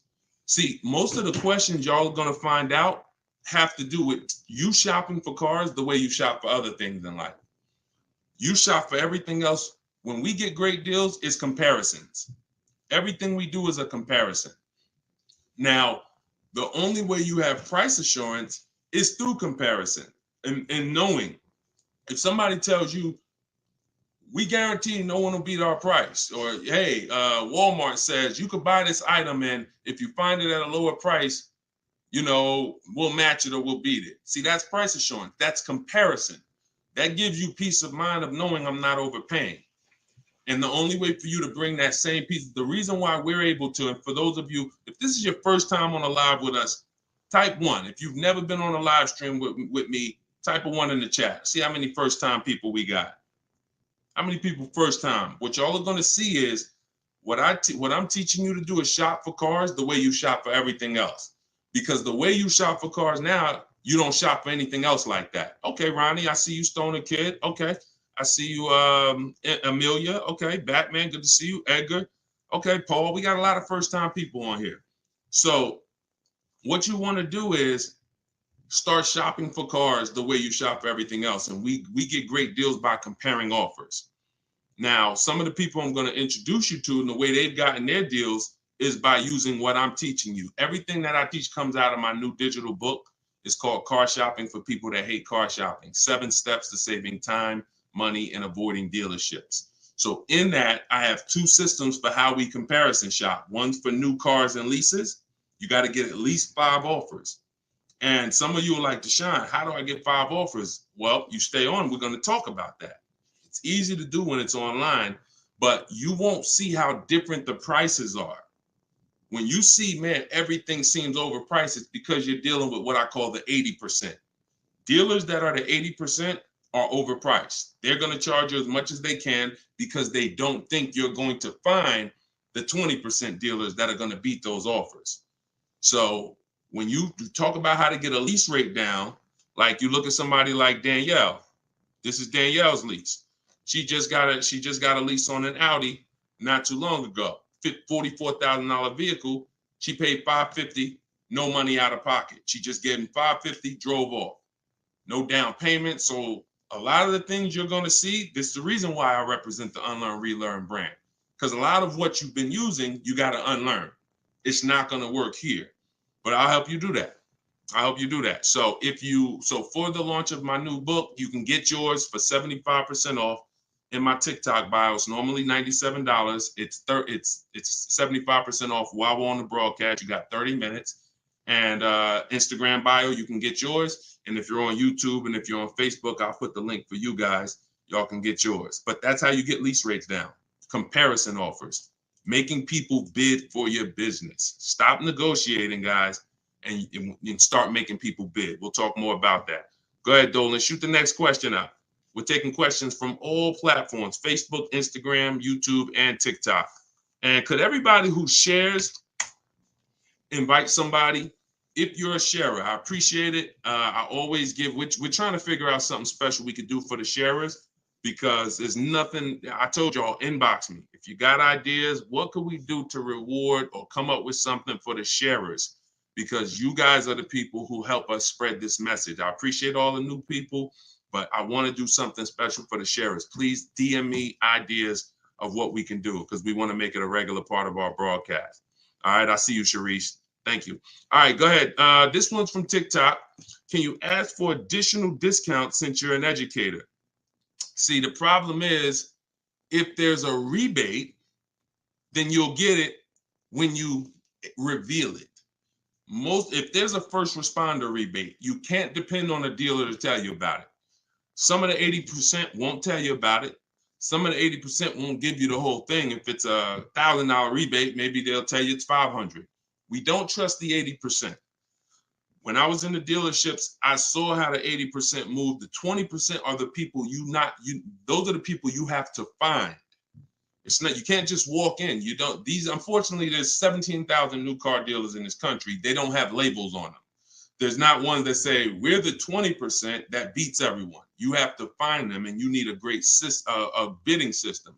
You can do it manually by phone, or you can do it my way by email, copy and paste. So, but you're not going to, it's like people who said, well, I have a GM, I get a special price with Ford. I get a special price with General Motors. You can't depend on the dealer you're dealing with to tell you the special price and to tell you the rebates if they have them. The only way you're going to see it is by getting at least 5 offers, and then you'll be able to reveal who gave you the real offer. It's unfortunate, but it's actually better for you, because when who's not a good negotiator? Type not me if you are not a good negotiator. Just speaking honestly, you're not a good negotiator. It's not your thing. I consider myself to be pretty good, and I won't do it. All right, Danny said not me. Okay. Rai, sorry, I butchered your name. Lovey, okay.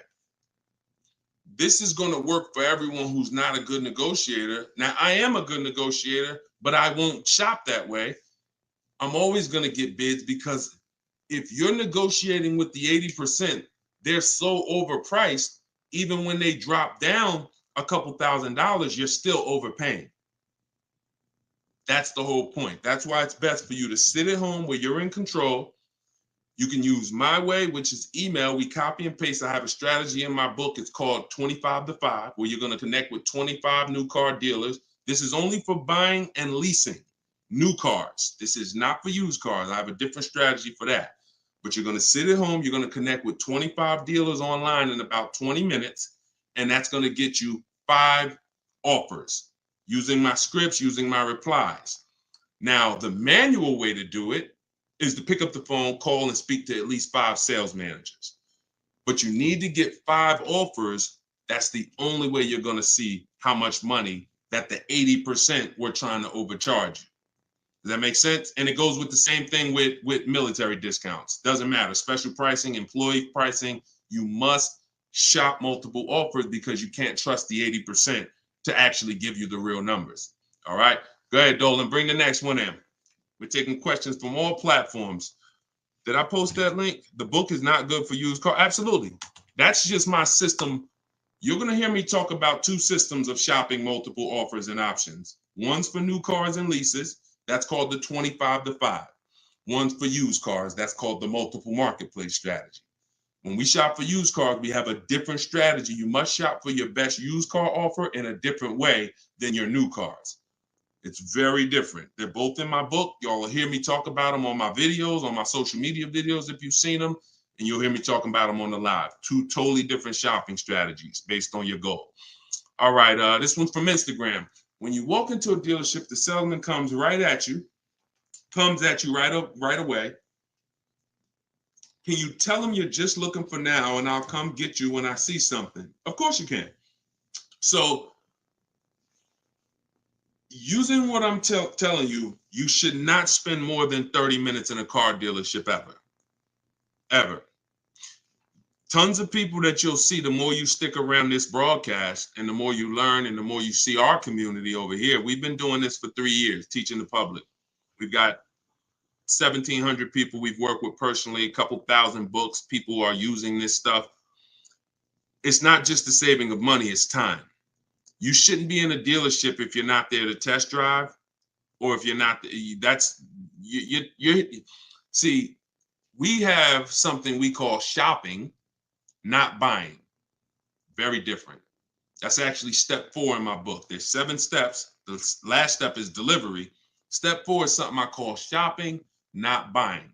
You have to learn, if you're going to enjoy shopping and take control of your car deals the way I want you to, that when you are shopping, you are deciding what you want. That's shopping, deciding what you want. You can get your copy of the book in my TikTok bio. Everybody got 30 minutes to get it for 75% off. Somebody on TikTok said, how do I get the book? It's in my TikTok bio. If you're on Facebook or YouTube, you can scan the QR code, or you can go to deshonsbook.com. If you're on Instagram, you can go to my Instagram bio. It's normally $97, but it's part of our official launch. You can get yours for 75% off. So when you are there with a purpose, which means no one can actually talk you into something, because you're clear on what you're here for. I'm here to see what I like. I'm here to decide what I want. I got my kids with me. I'm here to see how this vehicle is it comfortable? This is only for new cars and leases. We don't test drive used cars until the end. That's a different thing. And I'm answering questions specifically. So when someone asks about a used car test drive, we'll talk about that. For those of you who are leasing and buying new cars, we are there to test drive and decide what we want. That is it. We do not talk numbers in the dealership. Listen, I want y'all to remember this. You will never, using what I'm telling you, you will never talk numbers in the dealership.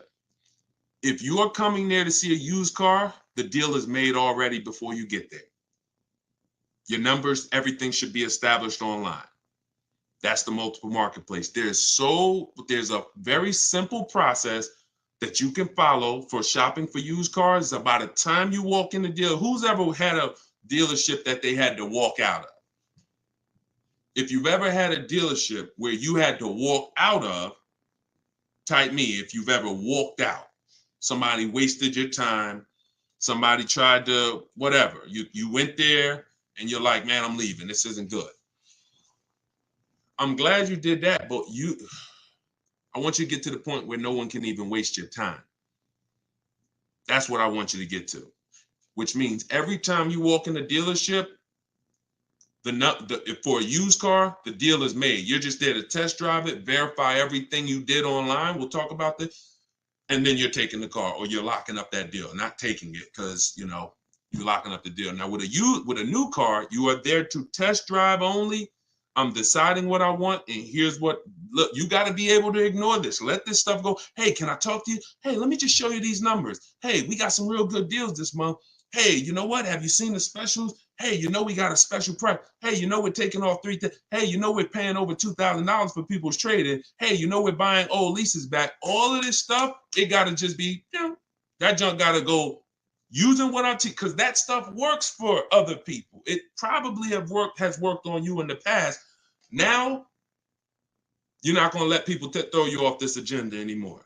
You are literally there to shop, decide what you want, and when you take your card, take the salesperson's card. When you come home, if you like that vehicle, we will be purchasing it and getting multiple offers from home, never in the dealership. Everybody clear? If you're clear on that so far, type clear. Everybody clear on that? Clear? All right, I see you, Dave. Yep, I see you, Danny. All right, go ahead. This one's from Facebook. Carla said, my granddaughter purchased her first car in November 2023. She wanted to lease, but was told she was too young. She's 20. How can she transition from a current car note to a lease car when she turns 21 next year? Great question. Who has a car that they're thinking of replacing? You have a car now. You're thinking about replacing that car. Could be a lease, and you have to replace it. Could be a car you own. Could be a car you're financing. So the first step in my book, it's called 7 Steps to Saving Time, Money, and Avoiding Dealerships. Car shopping for people that hate car shopping. First step is the most important question. We must know whether we're going to lease or buy. You have to see that as the foundation of your car deals. You cannot get a great deal when you should have leased, but you bought. It is impossible. You can't get a great deal if you should have bought, but you leased. So that's the most important question. That's step 1. How many years are we keeping the car? Now, after that, here's what you do. You guys who have a car you have to replace, including this young lady, Carla, she asked, you must do an equity assessment. This is step 2. Equity assessment is going to tell you, can you get out of your car clean? Can you get out of your car break even? Can you get out of your car and there's equity there, which means you can put that equity in your pocket or into the next transaction? Or do you have negative equity if you have a loan? So the equity assessment is going to tell you. Now, here's how you do it. You're going to call your bank. If you have a paid off car, you do not need to do this step. You can skip this step. If you have a loan or a lease, you're going to call your bank. You're going to ask for the payoff. I see y'all running the likes up on TikTok too. I appreciate it. Can y'all keep tapping the screen? I appreciate y'all running those likes up. When you call, you're going to ask them for the payoff. The payoff is the amount you owe. Do not look at your contract. Do not look at anything. Call the bank or call the leasing company and say, what is my payoff? Now, if you're leasing, you're going to ask an additional question. Do I have a third-party restriction? Once you have those answers, you end the call. You are then going to go on to the websites that I'm about to mention. You're going to get 6 bids, 6 offers. My 2 favorite words when buying anything. And if you like to save money, these will become your 2 favorite words. Multiple offers. Multiple offers. I love those words. That's how you buy everything else. Multiple offers, multiple options. That's how we save the big money. So you're going to go to CarMax.com. This will take you about 20 minutes to do an equity assessment. You're going to go to Driveway.com. You're going to go to AutoNation, Sell My Car, Carvana, Kelly's Blue Book, Instant Cash Offer, and Car Guru, Sell My Car. As more people buy cars, we'll keep adding them to our list. Those people are in my book. That's who we get our equity assessment from, because here's what your car is worth, what people are willing to offer you cash for. What's the one word? Some of you have been, hold on, don't bring in the next question until I give you the road, because some of these I got to go a little deep on, Dolan. But you could queue them up. Just get them ready so that, you know, when I call them out, you got them ready. I know you're stacking them. When you look at,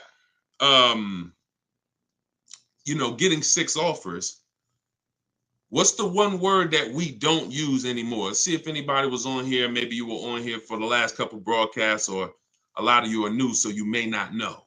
What's the one word? Good to see you start back up. What's the word that we're not using anymore? And for the new people, you're about to learn. We don't use, let me see if anybody got it. I give it about 3-4 seconds. Okay, everybody's about to learn this for the first time. We don't use the word trade. You don't get maximum money trading anything. I know you've been taught that because dealers have actually taught you to give them multiple transactions in one. You buy your car from them, that's one transaction. You sell your car to them, that's another transaction. And if you get your loan from them, that's a third transaction.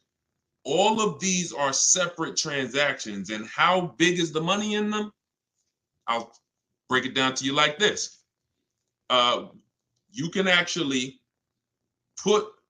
there are companies that only want to lend you money. They don't sell cars. That's how much money is in loans. There's companies and people who just want to buy your car. They don't want to sell your car. That's how much money is in buying cars. So somebody just said trading is convenient, though. If you want to conveniently lose $2,000 or $3,000 because you want to save 30 minutes, then be my guest. I'm talking to the people who are like, Deshone, that's not my thing. And I'm not talking about a private party sale. We're not talking about listing the car on Facebook. We're talking about going to people. All those companies I just named, they literally have a short inspection process and they cut you a check. I sold my lease to CarMax. They won the bid 2 years ago. I walked out with a check. I was there for 45 minutes. Then I brought my parents down because they won the bid for their Mazda. They taught you that, oh, anything else besides what we're telling you to do is going to be hard. You know, like, oh, you might as well just give us all the business because, you know, anything else is going to be just hard. Meanwhile, what you're putting yourself through is hard. So that's how you do the equity assessment. Now, if you do have a lease, when you go on those websites, there's a question there. It's going to say, is the car owned, financed, or leased? You want to put owned because you just want the true value. And when you put lease, it triggers something on their websites. Don't worry about that. If you don't have a third-party restriction, you can sell direct to anyone. If you have a third-party restriction, you're going to take those offers, and then we're going to call used car managers because the third-party restriction does not say you can't sell. It says you must sell to a brand of the same dealer, a dealer of the same brand. So if you have a Nissan, you must sell to a Nissan dealer. Here's what that doesn't mean. Go walk into one Nissan dealer. We get bids, we speak to at least 3 to 5 used car managers, we get bids. Are y'all starting to get the sense that everything we do is a bid? And the only way you're going to see how much money you've been losing by not getting multiple offers is to get multiple offers. Everyone I've been working with says, Deshone, there's no way that I would have known how much money was in these car transactions until I started getting multiple offers from home. We don't do this by getting in our car and driving from place to place. We do this by sitting at home and using what online. Shoot the next question in. All right. And we're taking questions from all 4 platforms. So just keep typing them. We'll get through as many as we can in the hour.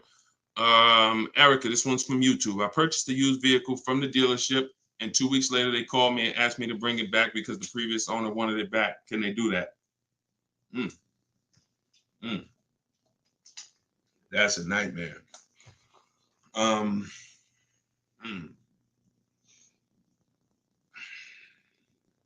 Y'all hear that question?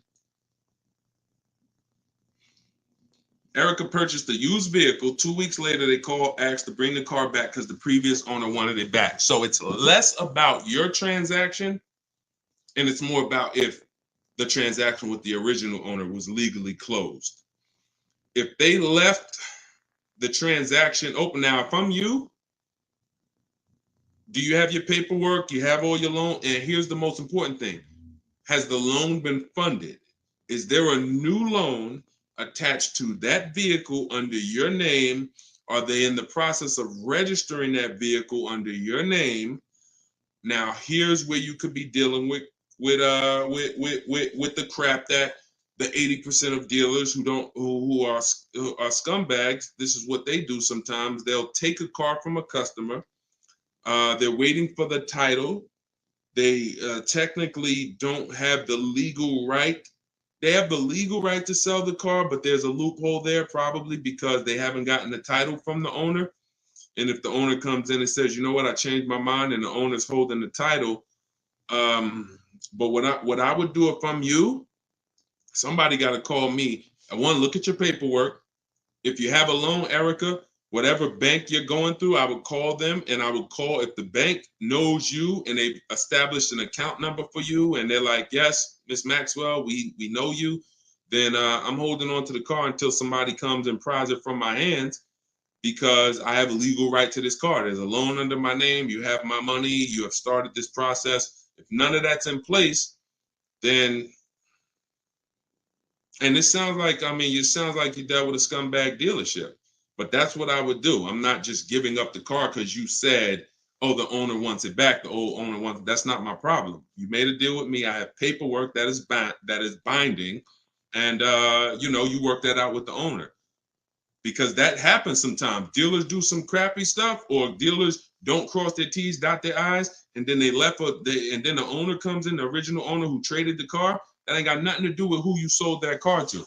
That car is on the road, and there's a loan attached to it, or there's been cash paid for it. Now I'm holding on to this car until you legally show me that I need to release this car, and I might call a lawyer and see, can I get some damages out of this? Like, this is just, God, the 80%, we got to put them out of business. And the only way you get these wolves out of business, y'all, is you got to starve them. I'm telling you, the more people that shop online, when you learn how to shop online the right way, people like this won't be able to exist. But because most people are still going in the old way shopping, giving them a chance to do this, keep me posted, Erica. It sounds like it's a terrible situation, but please keep me posted on that. Go ahead, shoot the next one in, Dolan. This one's from TikTok. What's the best practice for buying a car after bankruptcy? If the bankruptcy's been discharged, start rebuilding your credit. I've seen people who went through a bankruptcy. Once it was discharged, they started building credit immediately, and they were up to a 700 score in a year. So, the key is not to come out of bankruptcy and start buying stuff. The key is come out of bankruptcy and start rebuilding your credit, because if you can do it relatively quickly. Everyone should be following Shonda Martin. Some of you may know her. She's all over all these platforms. She does what I do, but she does it for credit. She'll do lives. The girl is brilliant, and I tell everybody about her. But that's the whole thing. You should be rebuilding your credit. You can do it quick. Get yourself up to a high 600-700 score, and then go and get a car. That's what I do. Go ahead, Dolan. Shoot the next one in. It's another one from TikTok. How do you feel about buying a car with a credit card? I don't. Credit cards are 20-something% interest. I don't carry a balance on my credit cards. Shonda doesn't recommend carrying a balance on her credit cards because the interest is exorbitant, and we would never buy a car with a credit card under any circumstances. Instagram. How do I keep my credit score from taking a hit each time I shop for a vehicle? Okay, good question. Let's go into detail on something I call the bank bidding war. Okay, this is something that I'm sure, unless you guys have been on here before, you've probably never heard. So you heard me say everything is a bid, right? So the same way we make dealers bid for who wins our business, who's going to sell us a car, same way we make the companies bid on who's going to buy our car, that's the same way we make banks and credit unions bid. 1 point on an interest rate on a $30,000 loan could be $1,000. So we're looking, so we take interest, we take shopping for car loans as serious as we take getting bids for the new car. There's thousands of dollars in loans. Remember what I said about 15 minutes ago? There's people who just want to give you a loan. That should tell you there's a lot of money in loans. They don't sell cars. So if there's a lot of money in loans, you're going to see this isn't about relationships. You're either going to be a relationship person or a money person. If you want to be a relationship person, type R. That's going to cost you money in what I'm telling you. If you want to be a money person, if you want to save all the money that you should be saving, type M. That's going to come at an expense of relationships, because your bank is not your friend. They're in the business of making money. All right, I see you, Jennifer. I see, all right, a lot of people typing M's. Listen, if you used to go to dinner with your car salesman, invite them to the barbecues, that's going to change when you start getting bids. Unless he just wants to compete. If he's willing to compete, then it won't change. But going back to what Cindy's asking, how do I keep my credit score from taking a hit? So there's a way you do this bank bidding war. There's 3 rounds to it. 3 rounds to it. The first thing we're going to do is check to see, are there any special interest rates for the car we're shopping for? Because if the bank is offering you 0%, 0.99%, this will only come from the company that makes the car. This won't come from a bank or a credit union. When you see 0%, 0.99%, it's like a finance rebate. It's like they're incentivizing you to finance, giving you very cheap or free money to use. No bank can compete with that. So the first thing you're doing, whether you're shopping for a new car, used car, is checking there. That's round 1 of the bank bidding war. Because if you do see that, there's no other reason to let anyone run your credit. That's what I'm getting. I'm going to get the 0%. I'm going to get the 1.99. Now, if that doesn't exist, now what we're doing is we're shopping for our car, and we're going to lock up our car, get our offers. No one needs your credit. When you're getting offers the right way, no one needs your credit to give you an offer. That's a lie. Deshone, they told me they did. They lied to you. What I tell you about the 80%? The 80% lie. Straight face. Look you in the eye. So we're going to get our offers. Once we find the best offer in the market, we reserve the car. We take that buyer's order. We come home. And now we're going to let tons of people run our credit. Isn't that going to make it go down? Here's how the bank bidding war works, and you can Google this. The credit bureaus allow you to have multiple people run your credit within a finite period of time. Experian has an article on this. They say between 14 and 45 days. If you're letting all these people run your credit within this period of time, what it looks like to the credit bureaus is you're rate shopping. You're rate shopping. They're not going to penalize you for rate shopping. They will penalize you from going to dealer, letting this dealer run your credit, letting this, oh, I'm trying to buy this Chevrolet. Oh, let run my credit. And then here I'm at a Nissan dealer. Okay, I'll take the Nissan Altima, letting them run your credit. You'll be penalized for that. That is not what I'm telling you to do. I'm telling you, don't do that. So when you get your car, you're bringing that home, and you're going to call your bank. You're going to now call your credit union or go on their online portals, and you're going to go to every online lender. I have some listed in my book, Lightstream, Community Credit Union, and you're going to let all these people make offers for you. Because who's seen a case? This is another reason this works so well. Who's tried to reach out to their bank or their credit union to get a rate, and they say you have to have a car first? Who's had that happen? You're trying to get a rate, and they say, well, we can't give you a rate. We need you to give us the details of the car first. So now you're trying to make up what you think you're looking for. Yeah, I'm looking for. No, it's because it's not designed to work that way. It's designed to work where you get your paperwork, get your buyer's order, has all the numbers on there, has the year, the make, the model, what you're paying, how much you need to borrow, and then you're calling your banks and credit unions. This is round 2 of the bank bidding war. So you're going to let all those people go and compete. Now, whoever wins that round, you're going to call the dealer the next day and you're going to say, hey, I got 6.29 from my credit union. But if you guys can beat it, then I'll do the deal with you. This makes the whole price. See, everything I'm telling you to do, if you follow what I'm telling you, the process is easy. You never got to lie. All of those people who taught you how to buy cars and you got to lie, don't tell them you got to trade, don't tell them this, you'll never hear me teach you. You don't have to lie.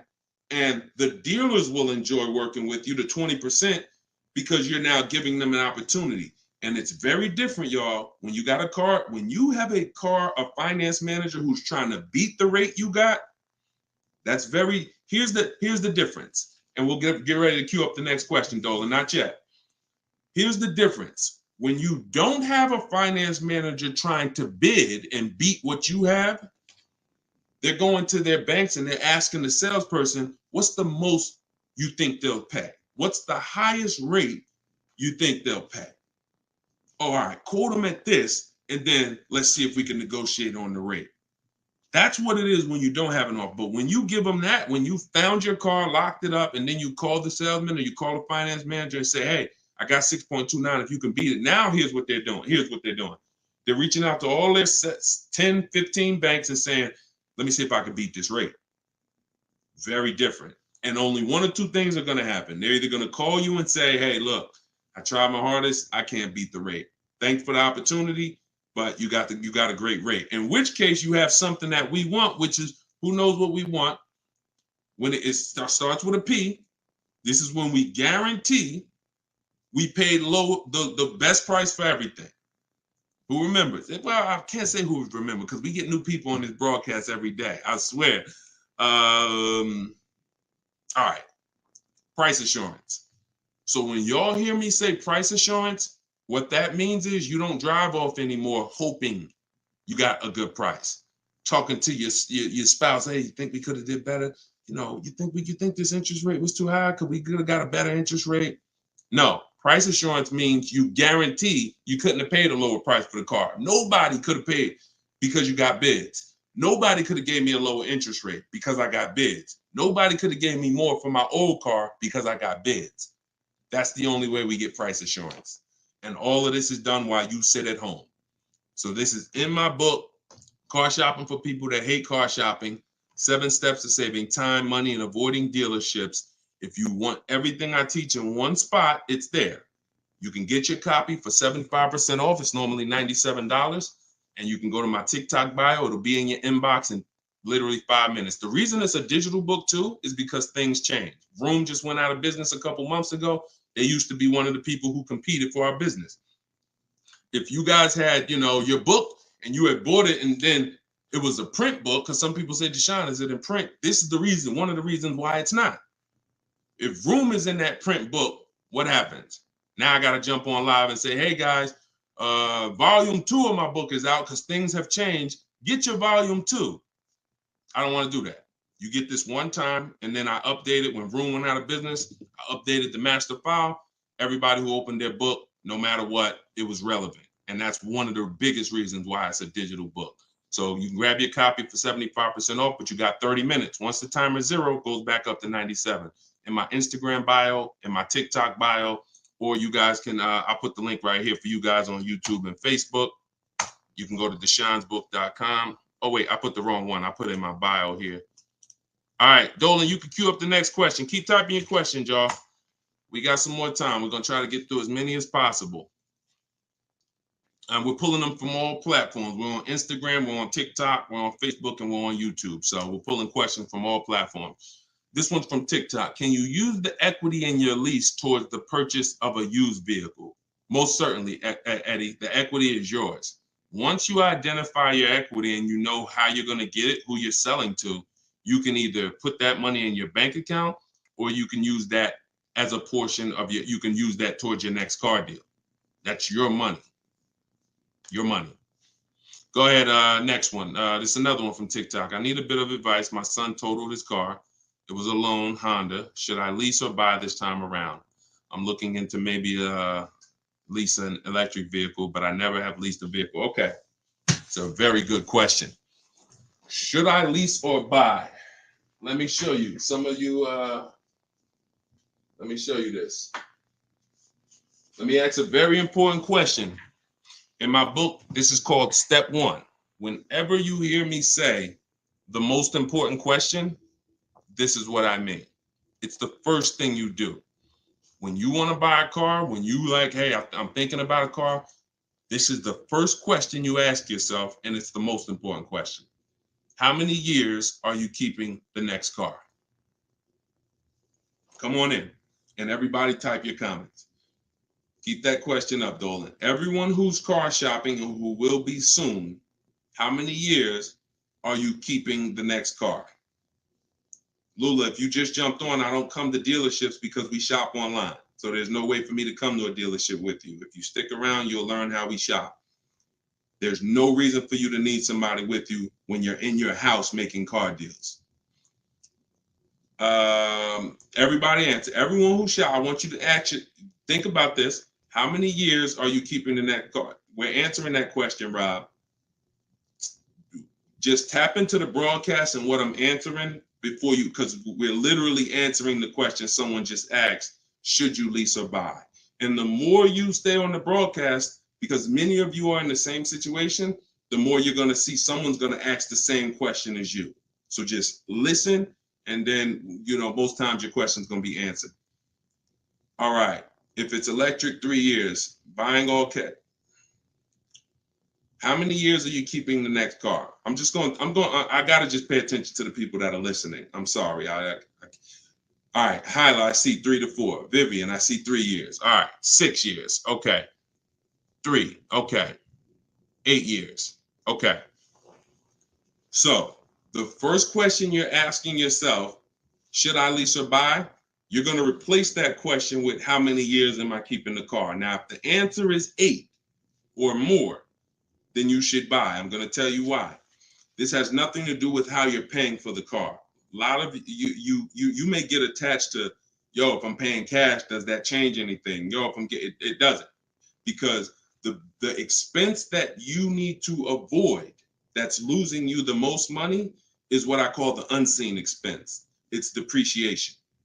So let me break this down for you very quickly. If you have a $35,000 car, you buy it today, what is that car worth a year from now? Even if you don't drive it, you got a $35,000 car outside in your driveway right now, brand new car. What is it worth a year from now? You didn't drive it 1 mile. Is it worth 35? Is it worth 35? No. Let's go deeper on depreciation, because now we're starting to see with that first question. I'm going to ask you some more. You have to see this is the unseen expense. You buy a car today for 35, you take it back to the dealer in 3 days. Is it worth 35? No. So what does that tell you? There's some expense there, whether you buy or lease. Many of you have been taught, I could just buy a car because I could drive as much as I want. Let's throw another one in there. You buy a car today for 35, you put 30,000 miles on it. Isn't it worth much less a year from now? So this is the unseen expense, and this is how it's working against you. You got to look at depreciation like this. See this curve? This is where you are the day you buy the car. This is what you pay for it. This is how it's dropping over 5-6 years. So now the beautiful thing is long-term owners who has a car outside that they've had for more than 8 years. Type me. Some of you might have been 10 years. Some of you might have been 20 years. this is what you have to see. If you're getting rid of your cars anywhere in this 6-7 year mark, you're losing money. It's no way. It's no way you can replace something you bought and it's dropping like this. But here's the beautiful thing. For those of you who are like, look, I had my car for 12 years. I had my car for 8 years. I had my car for 10 years, 16 years. This is where you're at. That's how your car is losing value. See, the car you have that you've had outside for 10 years, what it's worth today, a year from now, isn't it going to be worth about the same thing? Right? Talking to you long-term owners who keep your cars, you're winning. See, because you've reached the reward. You've reached the reward for buying. The reward for buying is to get to the stage where your car a year from now is going to be worth about the same of what it's worth now. Now, that's when you should be buying. If your goal isn't to get to that level, you should not be buying. You should be shopping for lease deals. Because there's only 2 ways to beat depreciation. What I just said, and some of you might be saying, Deshone, I can't, I'm not keeping a car that long. You should not be buying cars. You're not getting to that level. You're not getting to the winning. The winning is that. Got a car outside, paid off, barely losing value. It was worth $9,500 last year. It's worth $9,000 this year. That's the reward. Now, for those of you who are on the other side, if you're on the other side, you should be leasing. And I'm going to show you how drastic it is of a difference when you should be leasing, but you're buying. I'm going to show you that there's no way for you to get a great deal if you are buying when you should be leasing. Look at somebody like, let's pull up, we talked about Danielle earlier. Look at Tope. Tope got a BMW, $54,000 vehicle. Now, some of you know, every $5,000 on the price of a car is how much per month? Every $5,000 on the price of a car is how much per month? It's not 7 years, so it's always 8 years. See, in my book, it's something called the 8-year rule. If you're not keeping your car 8 years, you should not be buying. Okay, good. I see a lot of you are tapped in. Every $5,000 is $100 a month. So when you're looking at a $50,000 car, you should be thinking that's $1,000 a month payment. What about the down payment? Forget about the down payments. Down payments have nothing to do with the deal. We are just talking about boundaries. When we look at a $50,000 car, $1,000 a month, 5-year loan. $20,000 car, $400 a month, 5-year loan. Every $5,000 is about $100 a month. Now let's look at Tope's deal. Tope got a $54,000 BMW. She's paying $756 a month. I'm going to prove to you right now that if you should be leasing because you're a short-term person, you are not keeping your next car 8 years. You're not keeping your previous cars 8 years, yet you bought them. I'm going to show you how much money you've lost listening to people that told you shouldn't be leasing. And we're going to correct that. So Tope got a deal, shopping multiple offers the way I teach. She got multiple offers. She got $690 a month. That's a 1.26% lease. $690 on a $54,000 vehicle. So let's say we're going to break down real quick 3 different ways to get this vehicle right here that she got. One is the way she got it, leasing, because she's a short-term person. Now let's say somebody says, Deshone, I'm going to buy that car. That person buys that car. Let's say they get an incredible price and they save $10,000 off a brand new BMW. Okay? I want to show you that even with extreme cases of big money, I could teach you how to get the best price on the car, but it's not going to change. If your deal is on the wrong foundation, you can't get a great deal. So let's say somebody walks in right after Tope. They look at her car, they see her driving off, and they're like, man, I want that same car. All right. And they end up saving 10 grand. So they buy it for $45,000. Taxes, fees, probably put them up around 48. Every $5,000 we said is $100 a month. $48,000, that's a $950 payment, y'all. 5-year loan. No money down, because Tope put no money down. So we're comparing putting no money into these deals. When you start putting no money into the deals and looking at them, you're going to clearly understand them. Sometimes people use down payment money to confuse you. $690 a month she's paying, they're driving off paying $950. No way. Now a third person comes in. Man, I see those two people just drove off. You got that car used though? Can I get a used one? I don't want to buy a new one. I don't want to get a new one. I know that's going to be expensive. What do you think a brand new vehicle that was $54,000 brand new? What's a good price of that vehicle used, y'all? What's a good price used?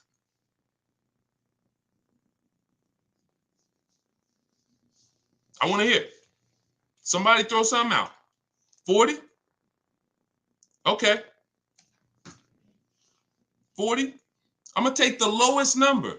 This is how it's going to, I mean, it's not going to be 30. Okay. A $54,000 vehicle. You're not, let's take 21. Okay. No, all right. I can't, we gotta use like real answers. So you're not getting a $54,000 vehicle. Oh, maybe I should preface 3 years old, right? Let's say 35. Let's say 35, right? That's pretty conservative. 54,000 new. They find one for a great price. It's a used car. They get it for 35. Every $5,000, $100 a month. What's the car payment? 700. 700. So you have Tope, who's driving off in a brand new BMW, $690 a month. You got the person who bought thinking it saved $10,000, got an incredible discount, $950. And then you got the person who got a 3-year-old BMW. Warranty will be up next year. They're going to be on their own. They're paying $700. That's what I mean. I told you I was going to make it very clear for you that when you should be leasing, you cannot get a great deal. I don't care how much money you save off the car. I don't care if you buy a used one. When you should be shopping for great lease deals, you're not a long-term person. Now, here's where both of those people can beat Tope. Both of those people can keep their cars 8 years, long-term, pay the cars off. Now, we see them down the line, and now they're winning. And it's not that Tope is losing. It's just that they've all won now. Everything when you purchase cars, when you get to this stage, if a person bought that car and they're at this stage now, I had this BMW for 8, 9, 10 years, and it's not losing any value anymore. Oh, you won. That's the reward for buying. But if you're not going to get there, you're losing by not leasing. That's the leasing versus buying. I call that the most important question. It's the first question. When you open my book, it's step 1. How many years are you keeping the next car? That is the first thing you ask yourself because it's the foundation of your car deals. So everything that I'm teaching you is out of my new digital book, Car Shopping for People That Hate Car Shopping. 7 steps to saving time, money, and avoiding dealerships. Step 1 is the most important question. Step 7 is delivery. So by the time you get to step 7, you're either having your car delivered or you're picking it up. This is not a book you read and then you go take a test on it. This is an action guide that gets you closer and closer to your vehicle. And when you get to step 7, you're taking delivery. So you can get it for 75% off. Get your copy. Get your 75% off in my TikTok bio, in my Instagram bio. It'll be in your inbox in literally 5 minutes. If you're on YouTube or Facebook, you can scan the QR code or you can go to Deshone'sBook.com. All right. I love talking about this. Go ahead, Dolan. We probably got time for 2 more. Bring in 2 more, Dolan. Bring in the next one. And then we'll wrap. Yep. I drive too much to lease. See, hold on. Before you say that, you got to be very careful making statements. And I'm going to be honest with you, y'all. I will put what I teach and I put my people who learn from me against anybody shopping for cars. Because once you get this and once you get how to shop, you'll be able to do this in 60 minutes. You'll be able to get great car deals in 60 minutes. But in order for you to win, the best thing for you to do is ask questions here, not make statements. All right. This one's from TikTok. Can you use the equity in your lease toward the purchase? Oh, yeah, we got that one already, Dolan. We did that one. Shoot the next one up. This one's from Instagram. How do you compare car prices if the model has different options and packages? Are you talking about new cars or are you talking about used cars? Let's just break down them both. How do you compare car prices if the model has different options and packages? The way we compare lease offers, we look at them from percentages. See, prices can change, but percentages don't. If I got a $40,000 vehicle and I'm paying under 400, that's a 1% lease. We call that a steal. If somebody offers me a $42,000 car, if it's 1%, then that's $420. That's why we go by percentages. Same thing with used cars. When we're looking at a used car, I need to know what the original MSRP was. I'm going to get this from the Carfax. I'm going to get this from, there's a site called With Clutch. Carfax has an agreement with a couple manufacturers where they have the window sticker there. So I'm going to get I'm not going to buy a used car, and I would never recommend you buy a used car without knowing the original MSRP, because we want to look at the discount percentage.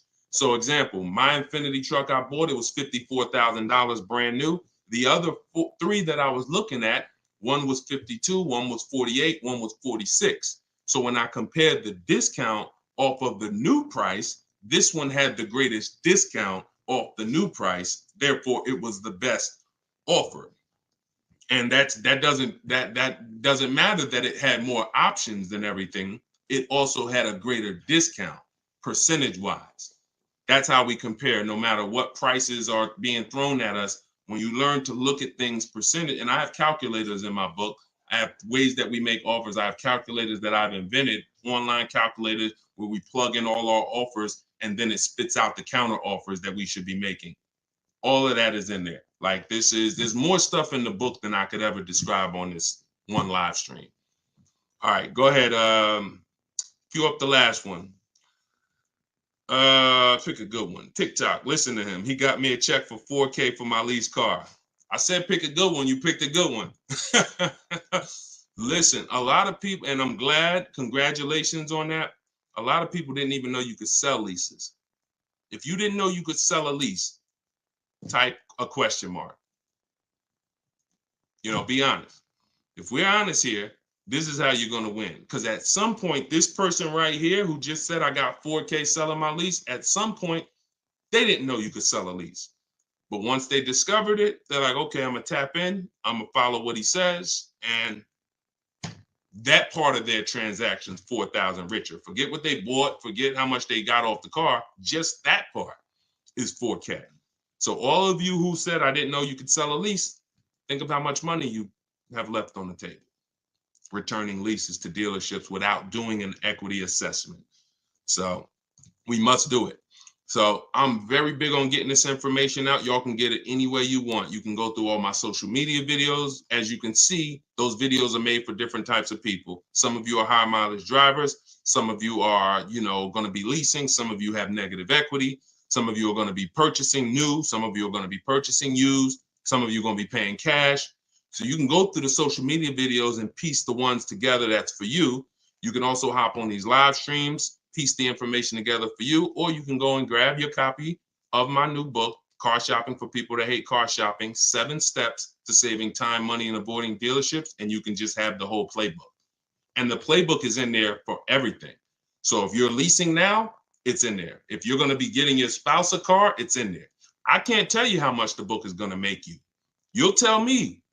Maybe 10, 15, 20 years, you'll tell me, this book, Deshone, this book has saved me $20,000. Because the more cars you get, the more your money you're going to save, even if you're going to get one. But I just want you to have the information, get it how you want it. You can get 75% off your copy as part of our book launch in my TikTok bio. Click that link, and then same thing in Instagram. Click that link and then click the button that says get 75% off my new book. But it's only for 30 minutes. After 30 minutes, price goes back up to $97. $24 is better than $97. So, and I'll put the link one more time for you guys on YouTube and Facebook. You can click this link here that says Deshone's book. I just posted it. Or you can scan the QR code. If you might be watching us on the television, you can just scan the QR code with your phone, grab your 75%. So this is what we do. Whenever you see me live, I'd encourage you to invite a friend, tell somebody. If you see a coworker and they're like, man, I got to buy a car soon, invite them to one of our streams, because we get very, very detailed about showing you all the money in your car deals and making sure you know what you're doing. Please, if you're not subscribed to us on YouTube, we got a lot of things coming to YouTube. We're going to be time stamping these questions in future episodes so that you can easily navigate through previous episodes and find your answers. So everything is Deshone the Auto Advisor. Make sure you subscribe to YouTube because we got a lot of stuff coming there. But other than that, have a great day. I'll see y'all in the next broadcast. Everyone who got the book, use it, win with it, and make sure you DM me or email me your success stories. I want to see your deals. Email me your deals, not just your cars. You're going to love it. Once you start making deals and you're confident with the money, you're going to be so excited about sharing the numbers, you might forget to tell me what car you got. You know, Deshone, look at this price I just got. Oh, by the way, it was on this car. You know, so that's what we want. All right. God bless y'all. I'll see you soon.